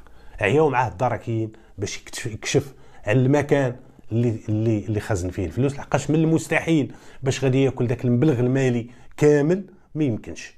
يعني خازنه فين خازنه الله اعلم، ما اعترفش وما قدروش الدركيين يتوصلوا الباقي المبلغ المتبقي، هذاك الجزء المتبقي من المبلغ المسروق، وتعذر عليهم. وبالفعل واخيرا اسدل الستار على هذه القضيه هذه وعلى هذا القتل بالتسلسل وعلى هذه الجرائم اللي روعت هذيك المنطقه، هذه الجرائم اللي خلات الناس يحسوا بالخوف، يحسوا بالهلع في ديك المنطقه. علاش؟ لان فاش كيولي واحد يتقتلك هنا، خصوصا ملي كيولي السلاح، كتنعدم الطمأنينة، كينعدم الأمان، هذاك الأمان وديك الراحة النفسية كتنعدم عند السكان ديال ديك المنطقة. الحمد لله رجعت الثقة، وهذا الشيء كله وهذه الإجراءات الجبارة والكبيرة اللي داروها الدركيين نالت استحسان الساكنة، وشكرهم على هذه المجهودات ديالهم، لحقاش كانوا هذه الايامات كاع اللي تقترفت فيها هذه الجريمة ما كانوا كينعسوا لا الليل لا نهار. نتمنى باش تخاد دروس وعبر من هذه الجرائم المتسلسله اللي سردتها عليكم، ونتمنى نكون عند حسن الظن ديالكم، كما اتمنى باش هاد القضايا توصل للمبتغى ديالها. كنسردها عليكم ليس غير باش نسردها، باش تخاد باش تهز منها دروس، كل واحد يستخلص منها واحد العبره. نتمنى باش نتوفق في هذه الرساله اللي كنأديها، ونتمنى باش نتوفق باش نوصل نوعي الناس باخطاء ارتكبوها وناس اخرين حتى وطاحوا في هذه المشاكل هذه ولات حياتهم ضاعت ومشاو للسجن. بحال هادو الاعدام، يعني صافي حكم على راسو، واخا ما يتنفذش فيه الاعدام راه غادي يبقى في الحبس تما حتى يموت. يعني ضاعت حياتك. كنتي كتخطط هكا، راه الانسان خصو يديرها حلقه في ودنيه. راه تعيا ما تخطط تقول غندير جريمه ولا سرقه غنخطط وندير ونفعل، راه سلكتي من الاولى وسلكتي من الثانيه من الثالثه، واحد المره راه غادي تطيح وغادي تودي عليهم بجوج وغادي تندم حيث لا ينفع الندم. نتمنى باش الرسائل ديالي توصل وتلقى اذان صاغيه. وكما العاده دائما اغتنم فرصه باش نرحب بالوافدين الجدد اللي يلاه التحقوا بالقناه، وكنقول لهم الف مرحبا بالاحضان بين افراد العائله الكبيره ديالنا. كما احيي واشكر بحراره جميع الاخوات والاخوان اللي ما كيدخروا اي جهد من اجل الدعم والتقدم ديال القناه. شكرا للجميع بدون استثناء. ختاما اشكركم على حسن المتابعه. الى اللقاء في حلقه قادمه ان شاء الله.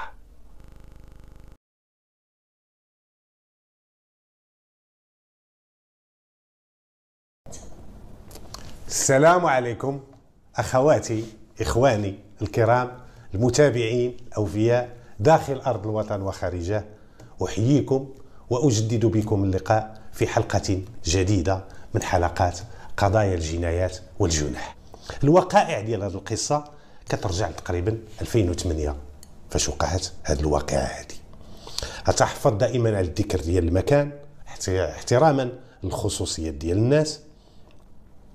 أنا واحد النهار مع الصباح بكري تعلمنا بأن واحد الشاب راه تلقى مقتول في الفيلا ديالهم. شكون اللي علم الأب ديالو. مجرد ما تلقينا هذا النبأ هذا المحزن، طبيعة الحال تحزمنا وانتقلنا لعين المكان تحت الإشراف ديال قائد المركز شخصيا. بحال هذه المسائل اللي كتكون هذه الجنايات الكبيره ضروري قائد المركز ما ينتقل لعين المكان ويحضر جميع اطوار المعاينات. يكون في هذه المسائل ديال جرائم القتل، في الحوادث اللي كتكون لي زاكسيدون سبيكتاكولير، الكسيد اللي كيكونوا كبار وفيهم الموتى، خصو يمشي هو ولا يمشي النائب ديالو ضروري في هاد بحال هاد القضايا هادو. المهم تعلمنا تحزمنا كما قلت لكم، انتقلنا لعين المكان. هذيك البلاصه فين كاينه ديك الفيلا كتبعد تقريبا بشي 17 كيلومتر عن المركز ديال الدرك الملكي. ملي وصلنا كانت باش ندير لكم وصف الحالات الامكنه، لقينا كان كاين واحد الفيلا عندها سور يكون عنده تقريبا واحد 2 ديال المتر، وكاين الشجر جرده وسط من ديك الفير داك الشجر كاينه واحد الدويره اللي هي ديك الفيلا. تما فين تلقى هذا السيد مقتول. هذه الفيلا جات معزوله على هذاك التجمع السكني المكون لذاك الدوار، كان بعيد عليه تقريبا 1.5 كيلومتر باش بعيد على الدوار، يعني ما كانش الجوار، ما كانوش الجيران عند هذه الفيلا هذه. ملي وصلنا كما قلت لكم دخلنا كنلقاو الاب ديال الهالك هو اللي استقبلنا وهو اللي دخلنا لديك الفيلا. دخلنا من الباب الكبير، كاين الباب الكبير بطبيعه الحال، عاد كتدخل كتلقى الجرده، عاد كتلقى الباب اللي كيدخلك لوسط الدار. الباب حلو خلاص هذاك السيد. ملي دخلنا كنلقاو جثه ديال واحد الشاب في البدايه ديال العشرينيات، تكون عنده 22 23 حتى ل 24 سنه، وهو مقتول جثه هامده وسط واحد البركه ديال الدماء. هنا كانت كتاكد لنا من خلال هذه المعاينه الاوليه بان هذاك هو مسرح الجريمه الاصلي. يعني فاش تلقى بركه ديال الدماء وتلقى الجثه وتلقى هذه، يعني هذيك الجثه راه ما تقتلاتش في شي بلاصه وجات رمات تما، هذيك هي البلاصه الاصليه فين تقتلات. هذا هو الاستنتاج الاول. من بعد اول مهمه كانت عندنا هو الحمايه ديال الاثار اللي كاينه في مسرح الجريمه، قصد الاستثمار ديالها. لعل وعسى تعاوننا الا كانت يمكن الاستثمار ديالها، تعاوننا في الفك ديال اللغز ديال المقتل ديال هذا الشاب. وباش نوصف لكم هذا الشاب كما قلت لكم كان في بركه وسط بركه ديال الدماء وعنده عده طعنات، ما يقارب 9 طعنات. كاينه طعنات اللي كاينه في الصدر، وكاينه طعنات واحد 2 طعنات عنده في العنق، وكاينه واحد 2 طعنات في البطن ديالو، وكلها طعنات قاتله وفي اماكن حساسه. يعني هذوك الطعنات هما اللي غيكونوا السبب في الوفاه ديالو، ولكن لا يمكن الجزم. التشريح الطبي هو اللي غادي يجزم في هذه المساله هذه. من بعد كنشوفوا كان مرمي هنا حدا قدام الباب، وكاين واحد الكولوار، عاد كاين قاع الدار الباسيون مراح. هذاك المراح كان فيه لي فوتوي وكانت فيه واحد الطبله. هذيك الطبله كان فوق منها مجموعه ديال القراعي ديال الجوعه، القراعي ديال البره، وكانت واحد الطفايه. هذيك الطفايه فيها البوانت ديال الكارو، وكانت واحد الباكيه ديال الكارو تكون فيها 6 7 ديال الكوار، وكان من غير هذا الشيء كان واحد المبلغ مالي تقريبا بين 250 و 300 درهم كان مصرف. كانت واحد 200 درهم مجموعه، ومعها تقريبا هذوك الصريف اللي كان محطوط فوق الطبله. البيبان ديال البيوت ديال ديال الفيلا بانوا لنا مسدودين ما محلولينش.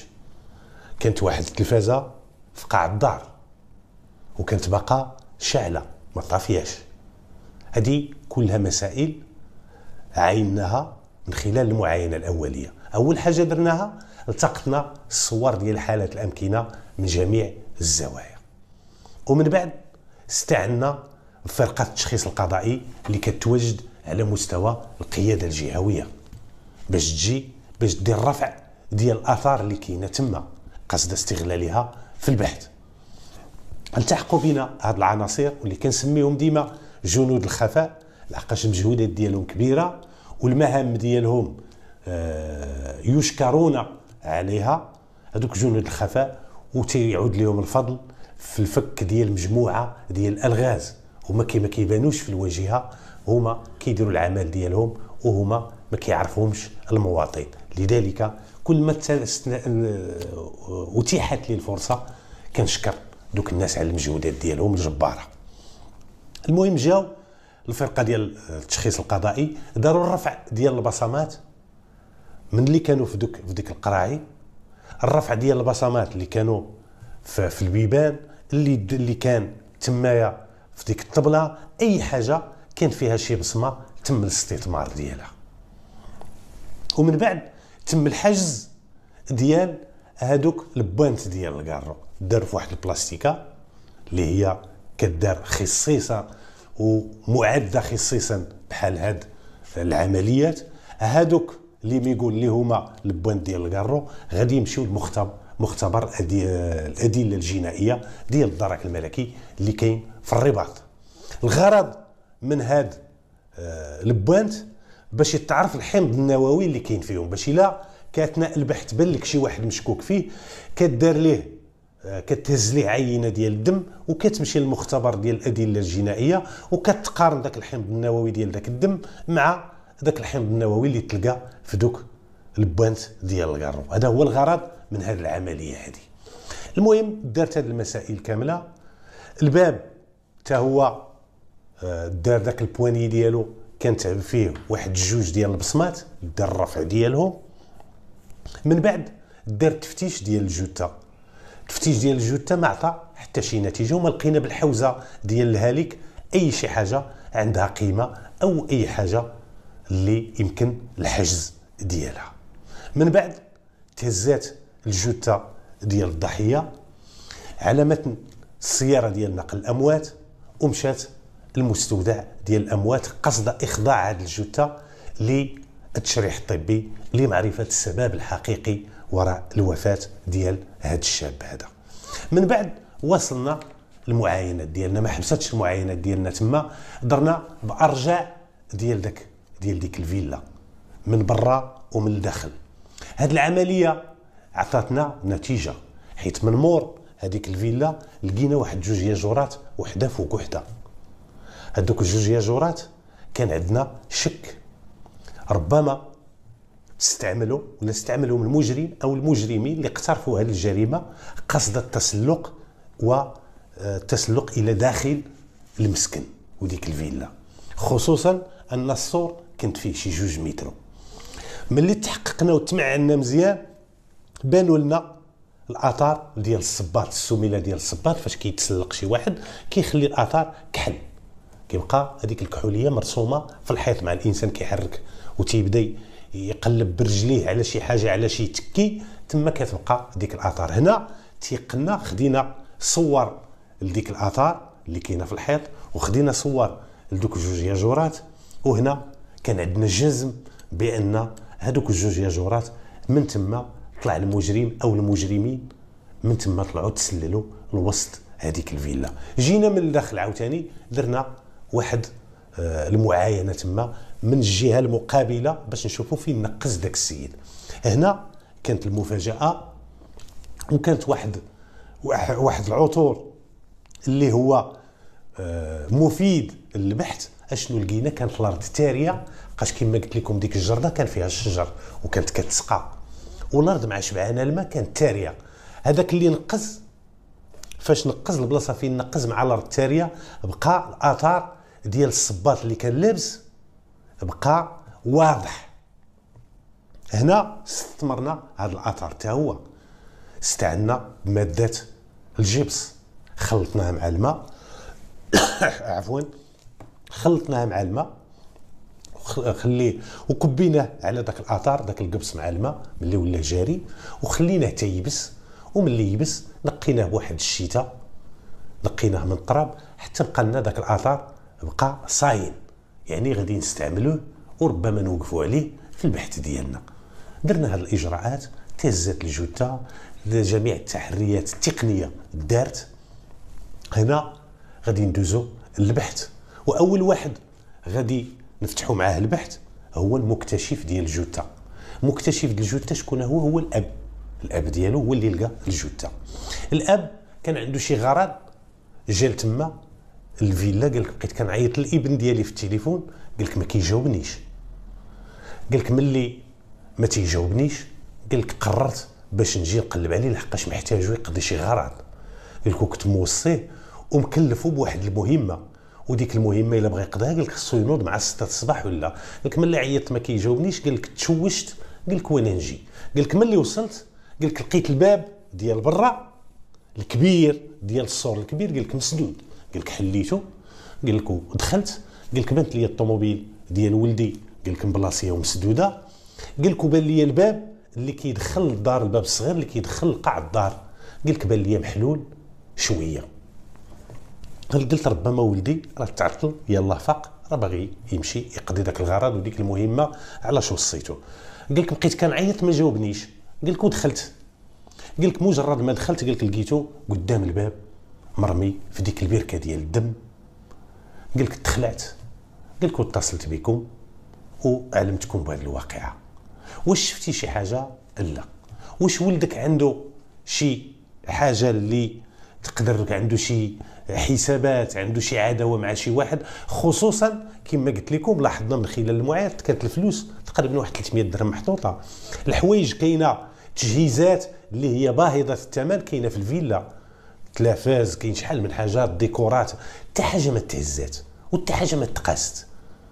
الحوايج بقات ما مقيوساش وبقات الدار كما هي. يعني ان الدافع وراء جريمه القتل ماشي هو السرقه، دافع اخر غادي نحاولوا نكشفوا عليه في البحث الا قدرنا نفكوا اللغز والشفره ديال هذه الجريمه هذه. المهم استمعنا ليه، هادو هما التصريحات ديالو. واش كيجلس، واش ولدك تيشرب؟ قال لك عارفو كيشرب، قال لك مره كيشرب. مع من تيجلس؟ تعطونا اسماء ديال واحد 4 ديال الاصدقاء ديالو راه تيكونوا معاه باستمرار وهما اللي كيجلسوا معاه هنا في الفيلا. قال لك في غالب الاحيان فاش تيبغي يشرب. ملي شدينا عنده هذه الافاده كاينين واحد المجموعه ديال الاشخاص والشبان اصدقاء ديال الهالك خصنا نستمعوا ليهم. استدعيناهم بطبيعه الحال امتثلوا، وللاشاره هذوك البصمات اللي ترفعوا راه مشاو عبر السلم الاداري للمديريه العامه ديال الامن الوطني باش نشوفوا واش هذوك البصمات يقدروا يعطيو شي نتيجه. وهذوك كما قلت لكم البوانت ديال الكارو راه مشاو للمختبر ديال الادله الجنائيه ديال الدرك الملكي. المهم ملي تعطونا هاد الاسماء استدعيناهم امتثلوا. ملي امتثلوا استمعنا لهم واحد تلو الاخر، كلهم اكدوا بان الهالك راه صديق ديالهم، كما انهم اكدوا بان راه كيمشيو معاه مره تما كي يديروا وكيديروا ليالي خمريه تمايا، وتيجيبوا البنات وتيجي بائعات الهواء، كيجيبوا المهم كشفوا على مجموعه ديال المسائل، في حين انهم اكدوا بان هذيك الليله فاش ارتكبت الجريمه ما كانوش معاه وراه ما شافوش هذاك النهار في العشيه من الصباح. كما جاوبوا على مجموعه ديال الاسئله، واش هذا السيد هذا عنده، نتوما مادام هما المقربين عنده، لحقاش الصديق بعض المرات كتلقى عنده اسرار ما كايناش عند العائله، خصوصا الا كان شي صديق مقرب وكاين شي صديق، كاين شي صداقه متينه بين واحد الجوج، راه كتلقى اسرار ديالهم ما كايناش عند العائله ديال دوك الجوج الاصدقاء، ولكن هما كيعرفوا كل حاجه على بعضياتهم. سولنا هاد الاصدقاء ربما تكون عندهم شي نقاط وشي معطيات وشي معلومات اللي ما كشفش عليها الاب ديال الهالك، وبالفعل كانت عندهم معطيات بان الشاب عنده بزاف ديال العداوات. شكون اللي خلى ليه هذوك العداوات؟ هما النزاعات اللي كاينين عند الاب ديالو بسبب الاراضي وبسبب المشاكل. كان عنده دعاوي بزاف في المحكمه على الاراضي، ترامل هذا يشكي به، هذا يدير ليه، يعني كان بزاف ديال الاعداء. وتعطونا بمجموعه ديال الاسماء اللي عندهم عداوه مع هذا الهالك ومع الاب ديالو. يعني الاب دا ولدو في واحد الطريق، لا حسب الافادات ديال الاصدقاء، دا في واحد الطريق ورباه على واحد التربيه ديال التعدي، استيلاء على الاموال ديال الغير والممتلكات ديال الغير. يعني هذا السيد هذا كانت عنده سمعه خيبه. ملي قالوا هذه القضيه ونفاو بان راه ما كانوش معاه ديك الليله، خص التثبت والتحقق من الصحه ديال الاقوال ديالو. باش نثبتوا بان الاقوال ديالهم صحيحه وما كيكذبوش، غادي نستعنوا باستعمال الزمن ديالهم هذاك النهار وديك الليله فاش تقتل داك السيد. فين كانوا كاملين؟ عطاو فين كانوا بالتدقيق، مع متلاقاو يتدخلوا لديورهم، لحقاش كانوا كلهم ما مزوجينش وعايشين مع والديهم. وكيقول لك باش تعشينا وها فين لقى شكون اللي لقيت، الوالد لقيتو ناعس، الوالده لقيتها فايقه. يعني تبتنا من جميع الاقوال ديالهم، ما لقيناش عندهم ولو تناقض واحد في الاقوال ديالهم. يعني واحد النسبه ديال 98 95% داكشي اللي كيقولوا راه صحيح، ما كانوش معاه ديك الليله. هادشي اللي بان من خلال التحريات اللي دارت. كما دارت مجموعه ديال التحريات على السيره والسلوك ديال داك الهالك، والكل اكد بان هذاك الهالك كان عدواني، وكان تيتعنى باه، يتعنى بالنفوذ اللي كاين عند باه. نقدروا نحسبوه في الخانه ديال ولاد الفشوش. كان تيتعدى على الناس، كان تيتعدى على البنات، كتعجبو شي وحده في الدوار ولا كيبقى تابعها حتى كيغريها. المهم كانت عنده سمعه، الله يرحمه ويوسع عليه، كانت عنده سمعه ماشي تما بحال السمعه ديال الاب ديالو. هنا فاش تكشفات هاد المعطيات ما يمكنش نتهموا هاد الناس وتوجه الشكوك لهاد الناس كاملين اللي عندهم العداوه مع هاد السيد، مع الهالك ومع الاب ديالو. ما يمكنش. علاش؟ لحقاش كانوا كتار، ما يمكنش كاملين تستمع ليهم، وما يمكنش غادي دي، ولكن غادي نحاولوا نتسناو هادوك البصمات اش غيكشفوا، واش غيعطيو شي نتيجه.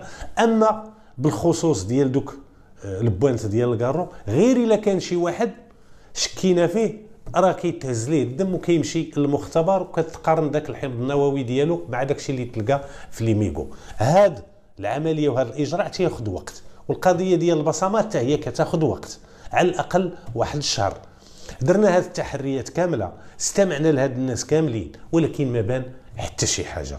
وبقات تحريات ساريه، ومن خلال الاستنتاج اللي استنتجناه بان هذيك العائله وخصوصا الاب والهالك الابن ديالو منبودين عند الناس، ما تيحملوهمش الناس، لحقاش كيتكبروا على الناس، كيستعلاو على الناس، كيحسبوا الناس ديال الدوار غا حتاله. حاشاكم، وهذا السلوك ما خصوش يكون. يعني اللي سولتيه في الدوار واش ما سمعتي شي حاجه، كاين اللي تشفى واخا الانسان ما خصوش يتشفى في الموت، كاين اللي تشفى قال لك تهنينا من داك الطاغيه، كان طاغي علينا هنايا وكيدير ما بغى، وكان تيدوز وسط الدوار بواحد السرعه مفرطه والغبابر كتنوض.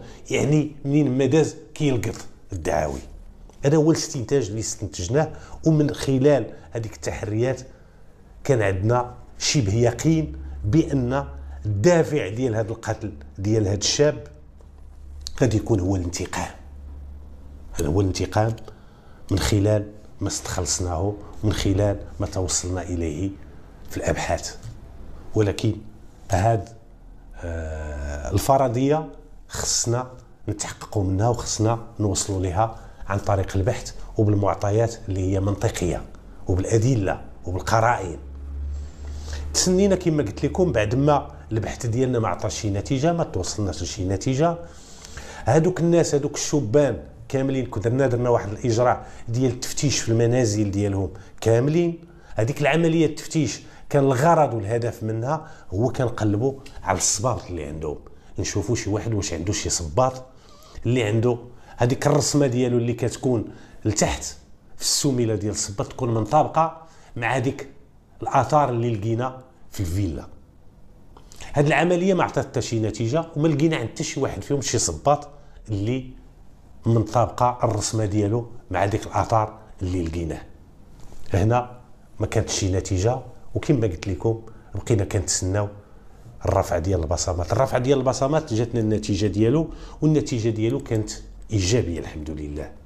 تلقاو 3 ديال البصمات اللي تلقاو البصمات ديال الهالك هذاك الوليد اللي مات، وتلقاو البصمات ديال واحد الفتاه وتلقاو البصمات في البواني ديال الباب اللي كيدخل للدار، تلقاو البصمات ديال الاب ديال الهالك. البصمه ديال الاب ديال الهالك ربما غير داك ملي جا باش يحل الباب يدخل، ربما كانت تما خلاو اصلا هو راه كيجي للدار تما، يعني البصمه ديالو ماشي شي حاجه غريبه على مسرح الجريمه.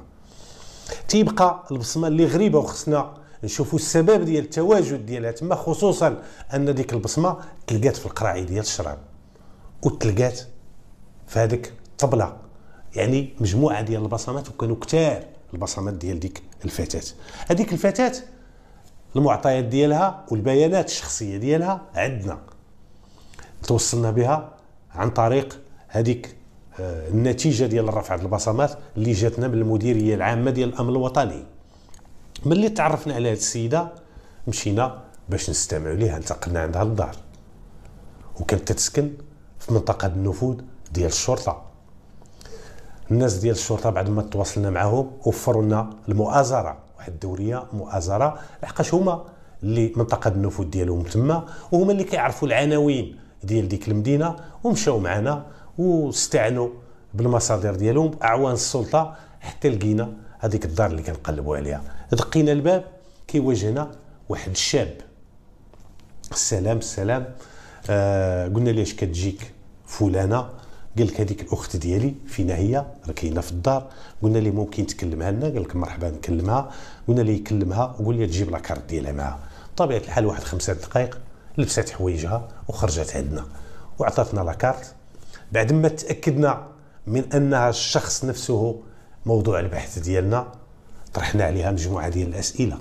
قلنا لها بان راه جينا عندك في اطار البحث في واحد جريمه قتل، ومسرح الجريمه اللي ديال هذا القتل اللي كنبحثوا فيه قلنا لها راه تلقاو فيه البصمات ديالك، وبغينا شي رد وشي تعليل على هذه المساله هذه، هنا شي توضيح اش جاب البصمه ديالك تمايا وانت برانيه ما عندك حتى علاقه بديك العائله، وما يعني كاين شي حاجه اللي خصك تجاوبينا عليها. واش انت اللي قتلتيه؟ واش انت هذه؟ مجرد ما كشفنا السبب ديال البحث ديالنا والسبب ديال القدوم ديالنا، بدات هذيك الفتاه كترجف شواربها بداو كيرجفوا. قالت لك انا والله ما قتلت. قلنا الا ما قتلتيش قولي لنا شكون اللي قتل، قولي لنا اش علمك الله، قولي لنا اش وقع، حنا اللي غادي نعرفوا واش قتلتي ولا ما قتلتيش، بيني لنا الا ما قتلتيش. قالت لك انا غنقول لكم كلشي. قلت لك اودي هذاك الهالك كانت عندي علاقه معاه خارج الاطار الشرعي ديال الزواج، وهي هذه البنت كانت مازال ما عمرها ما تزوجات، وبنت هذاك بنت كانت كتجي، قالت لك باش تعرف عليا كانت كتجي عند واحد عمها كاين في ذاك الدوار. قال لك كنت كنجي عنده في العطل فاش كنشد العطله ولا هذه، قال لك تنجي كنمشي عند عمي. قالت لك شافني تما، قالت لك بدا كيتبعني ولا كيجي يجلس حدا الدار ديال عمي. قال لك المهم بدا كيزعجها. قالت لك حتى خفت توقع شي حاجه. قال لك عطيته النمره التليفون ديالي وقلت لها انت بدا تواصل معايا حتى نشوفوا اشنو نتعرف عليك وتعرفني. قالت لكم بقات يتواصل معايا. قالت لك كثرات هذيك الاتصالات ديالهم. قالت لك حتى تلاقينا حتى رضخت الطلب ديالو. قالت لكم بديت كنتلاقى انا وياه. قالت لكم تنمشي عنده كنجلسوا. قالت لك مره تقريبا راه عام هذا. قالت لك انا ما كنشربش وهو راه كيشرب. كتكمينتي لا ما كنكميش. هو شنو وقع؟ قالت لك بالفعل كنت انا وياه. قالت لك واحد الوقيته بالليل تقريبا جويه 10 ل 11 ديال الليل، قلت لك تيسمع الدقان ديال الدار ديال الفيلا، ماشي الباب البراني، الباب ديال اللي كيدخل لوسط الدار. قال لي ناري الاب ديالي هذا جا حشم من الاب ديالو. قلت لك ودي راه دخلني لواحد البيت وسد عليه وجبد عليا الباب. قلت لكم مشي يحل الباب. قلت لك حل الباب. قلت لك انا بقيت كنسمع. قلت لك حتى سمعت واحد الشجار واحد الشنآن وبصوت عالي. قال لك واحد كيتغاوت مع شي واحد. قال لك كيتغاوت مع داك الواحد. قلت لك بدا داك النية. قلت واش باه تيغوت عليه واش هادي؟ ملي بديت كنسمع قال لك عرفت بان راه ماشي الاب ديالو. قال لك ديك الساعه حليت الباب وبديت كنطل. قال لك ولكن باقي غير بقيت كنسمع. قال لك بدا مني منك، واش انت نقزتي من الباب، كي درتي كي فعلتي؟ قال لي انا نقزت وانا جيت اليوم باش نصفيها معاك، انا غادي نصفيها معاك. هذاك الشيء اللي درتي والشرف ديالي والكرامه ديالي اللي قزتي اليوم انا غادي نشد حقي بيدي. قال لك بقاو كيدابزوا. قالت لك واحد الوقيته، قالت لك تيجبد الموس، قالت لك طلعنا، قالت لك تنسمع واحد الغوته ديال الهالك ديال داك الشاب اللي مات. قالت لك واعتقوا الروح وقتلني. قالت لك وقال الاسم الشخصي ديال داك السيد. وحشومه عليك دير لي هذه الحاله، وتيقول الاسم ديالو. انا اتحفظ على الذكر ديال الاسم غير على سبيل المثال. كيقول له مثلا سعيد وحشومه عليك قتلتيني، سعيد حشومه عليك قتلتيني، مثلا غير على سبيل المثال. اما الاسم غير مستعار، ماشي هذا هو الاسم الحقيقي. قالت هذا الشيء اللي شدات. قالت لك ولكن هذاك السيد ما شدش الملامح ديالو وما شدوش. قالت لك لحقاش خفت. قالت لك وداك السيد ما دخلش لوسط الدار، مجرد ما قتلو وجه ليه دوك الطعنات قالت لك هرب. قالت لك انا مشيت كنجري ملي مشى. قالت لك اش دار داك السيد؟ قالت لك حل الباب الكبير، قالت لك حلو وخرج منه وعاود جبد الباب. قالت لك ومشى. قالت لك ما نقش من السور المره الثانيه. قالت لك المره الاولى اللي ربما نقز من السور. هنا هذه الافاده ديالها. قالت لك ملي شتو تقتل، قالت لك تخلعت. قالت لك خرجت حتى انايا. قالت لك بقيت كتمشي على رجلي. قالت لك الليله كامله وانا كنمشي غاديه غاديه غاديه غاديه غاديه غاديه غاديه. قالت لك حتى وصلت للشانطي. قالت لك غاديه غير مع الخلا، حاولت نتجنب الطرقان اللي فيهم تيدوزوا منهم الطوموبيلات واسمه. قالت لك وصلت للشانطي. قالت لك بقيت كنشير تما. قالت لك وقفات عندي واحد الطوموبيل هزاتني وصلتني للمدينه. قالت لك مشيت لدارنا. قالت لك وحاولت باش ما نخلي حتى شي حاجه الصاك ديالي كلشي جمعته. قالت لك مشيت في حالتي. قالت لك اما القتل ما عندي معاه حتى علاقه وما قتلت هذا السيد ما حتى حاجه.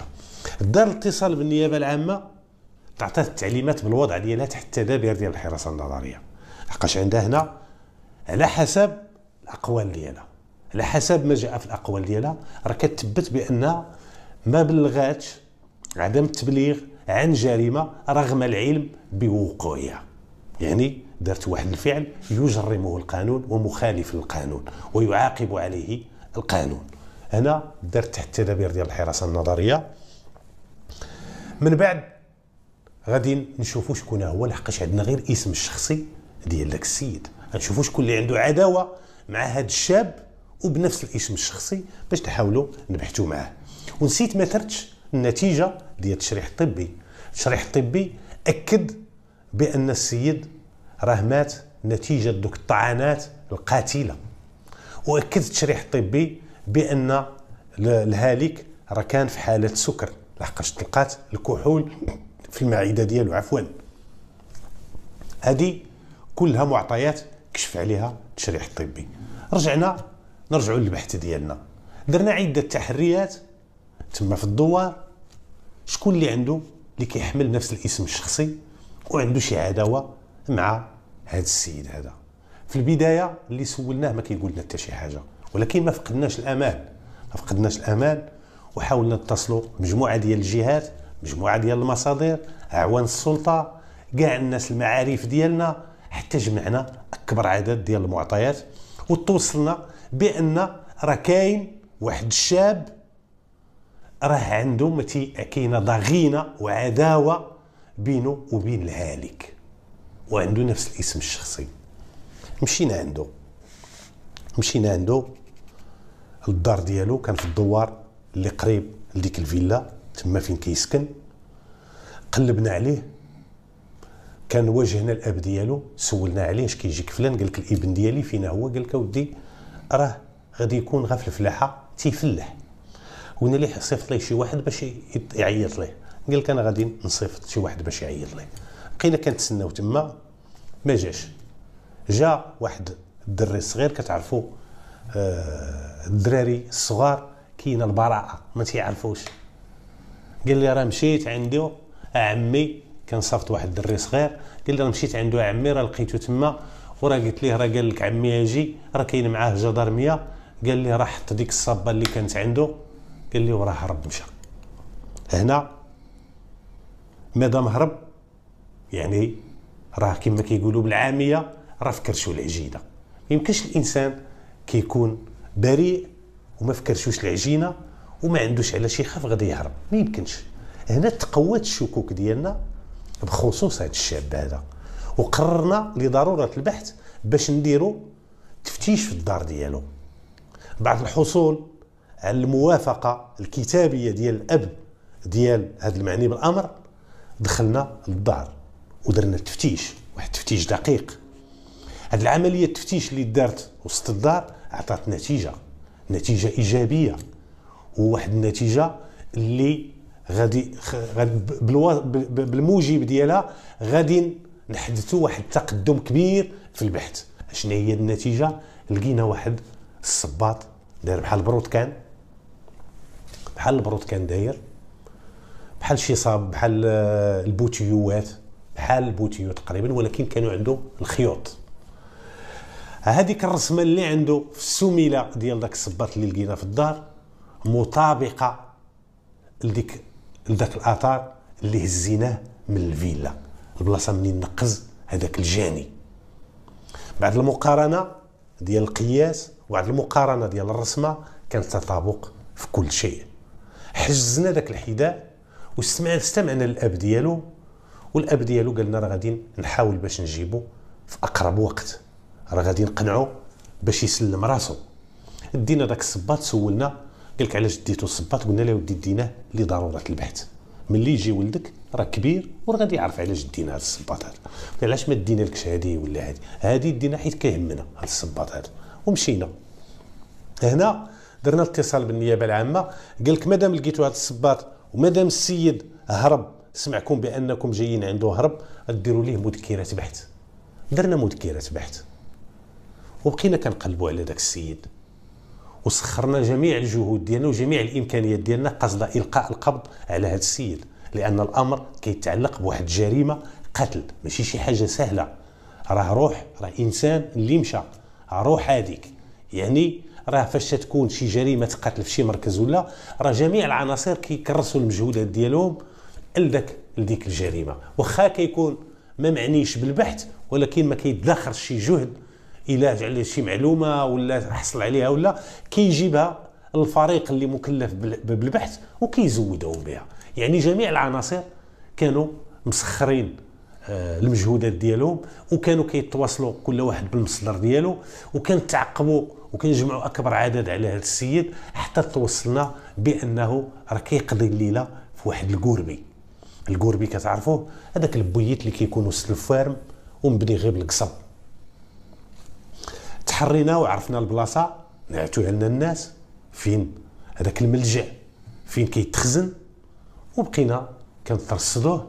النهار فاش غادي نديروا العمليه مشاو واحد جوج عناصر خفيه وكان الظلام حالك، وبقاو مترصدين ليه عن بعد بلا ما يثيروا الانتباه ديال اي واحد من الناس الدوار، وبقاو كيراقبوا واش ديك المعلومه اللي وصلتنا بان داك السيد كيبات تما ولا ما كيباتش. بقاو سهرانين تقريبا تفات الوحده الليل، عاد تواصلوا مع قائد المركز. دوك العناصر اللي كانوا كيديروا المراقبه تما قالوا لقائد المركز بان المعني بالامر راه دخل للقوربي وراه كاين في القوربي. جينا كنجريو كاملين، تحاصر داك القوربي في ساعه متقدمه وفي ساعه ديال الصباح بكري، حاصرناه. داك القوربي كان ما كيتسد ما والو، تهزيناه من الفراش كان ناعس، ديناه بعد ما درنا ليه التفتيش الجسدي وبعد الحصول على الاذن بالوضع ديالو تحت التدابير ديال الحراسه النظريه. هذا السيد هذا واجهناه بهذه المعطيات، واجهناه بداك الصباط اللي تلقى عنده واللي الرسمه ديال السميله ديالو مطابقه لسميتو، وقلنا ليه في الاول قال لك بان ماشي انا، ربما شي صباط كيتشابه مع الصباط ديالي. وقلنا ليه النهار اللي وقعت الواقعه راه الدوار كلشي عرف داك السيد مات، وغادي تقول لينا فين كنتي هذيك الليله فاش توفى داك السيد. بقى تيقول لنا كنت هنا. حاولنا نتحققوا من الصحه ديال الاقوال ديالو، ولكن التصريحات ديالو وديك المعطيات اللي عطانا لقينا فيها مجموعه ديال التناقضات حتى مع اقرب المقربين ليه، حتى مع والديه بان بان راه كيكذب، لحقاش هما عطاو معلومات وهو عطى معلومات. هنا تحاصر بهذه المعطيات وتحاصر وتواجه بهذاك الصباط وتواجه بديك اقوال ديال ديك السيده اللي قالت بان راه فلان فاش تقتلها الاسم ديال السيد اللي قتلو، وراه الهالك ها السميات كان تيقول حشومه عليك دير لي هكا، حشومه عليك دير لي هكا. طبيعه الحال امام هاد التناقضات وامام هذاك الاثار ديال داك الصباط ديالو لم يجد بدا من الاعتراف بعد ما تمت المحاصره ديالو بهاد المعطيات هذه، فلم يجد بدا من الاعتراف، وكان الاعتراف ديالو على الشكل التالي. قال لك بان تقريبا شي 4 سنوات قال لك كان هذا السيد قال لك كما قلت لكم عدواني، وكان يمكن نصنفوه في الخانه ديال ولاد الفشوش، كيتعنى بالنفوذ دباه وبالفلوس دباه وبهذه، وما بقاش يدير اعتبار حتى لشي واحد.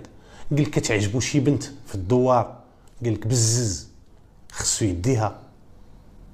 هذاك الشيء قال لك كان تيجرحنا وما كنقدروش نهضروا. قال لك لحقاش غادي تهضروا، غادي تهضر قال لك عندهم الفلوس وعندهم هذه، غادي توحل معاهم في المحاكم ودير هذه ودير هذه. قال لك ما غنقدروش عليه. قال لك راه دار الناس الاراضي ديالهم، قال لك راه الى يومنا هذا باقيين كيدعوا في المحكمه ما داو منه لا حق لا باطل. قال لك ما كنقدوش عليه. قال لكم ملي بقى داك السيد متمادي في داك العدوانيه ديالو وفي دوك السلوكيات ديالو الغير المقبوله والمنبوذه، قال لك جات نوبه اختي. قال لك واحد النهار وقف على اختي قال لك ركبها بزز، قال لك ركبها بزز وداها لديك الفيلا. قال لك تكرفس عليها وفتد البكاره ديالها. قال لك ملي جات الاخت ديالي وطلقها قال لك جات في واحد الحاله يرثى لها. قال لك ناض الاب ديالي قال لك بغى يدعيهم. قال لك ولكن جا الاب ديالو وجاب الاعيان ديال البلاد.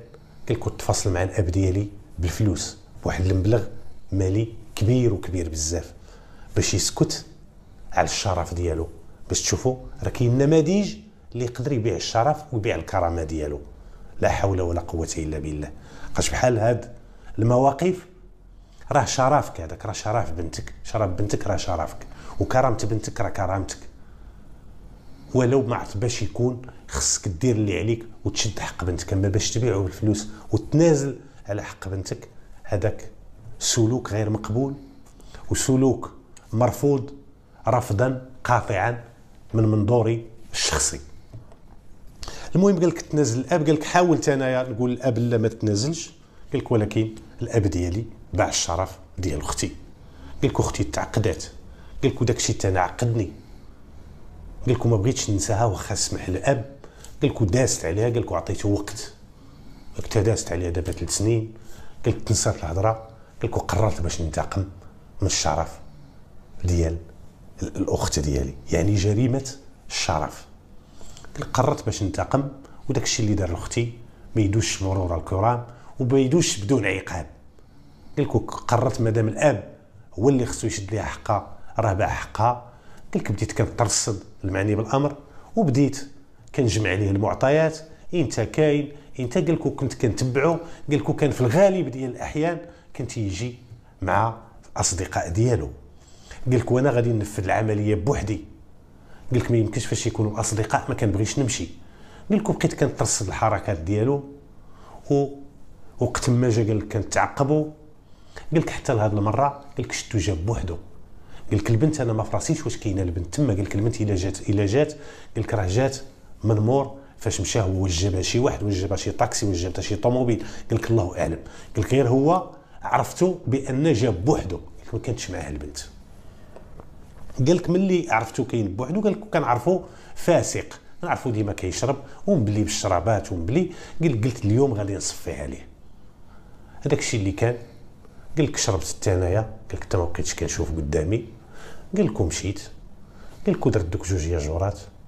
قال لك نقزت السور. قال لك مشيت للباب ودقيت. قال لك لحقاش الا بقيت كندق من برا ما غيحلش ليا وما غاديش يسمعني. قال لك لذلك كنت مضطر باش نتسلق داك السور. قال لك نهبط. قال لك نمشي. قال لك دقيت عليه الباب. قال لك حل عليا. قال لك ملي حل عليا تشديت انا وياه.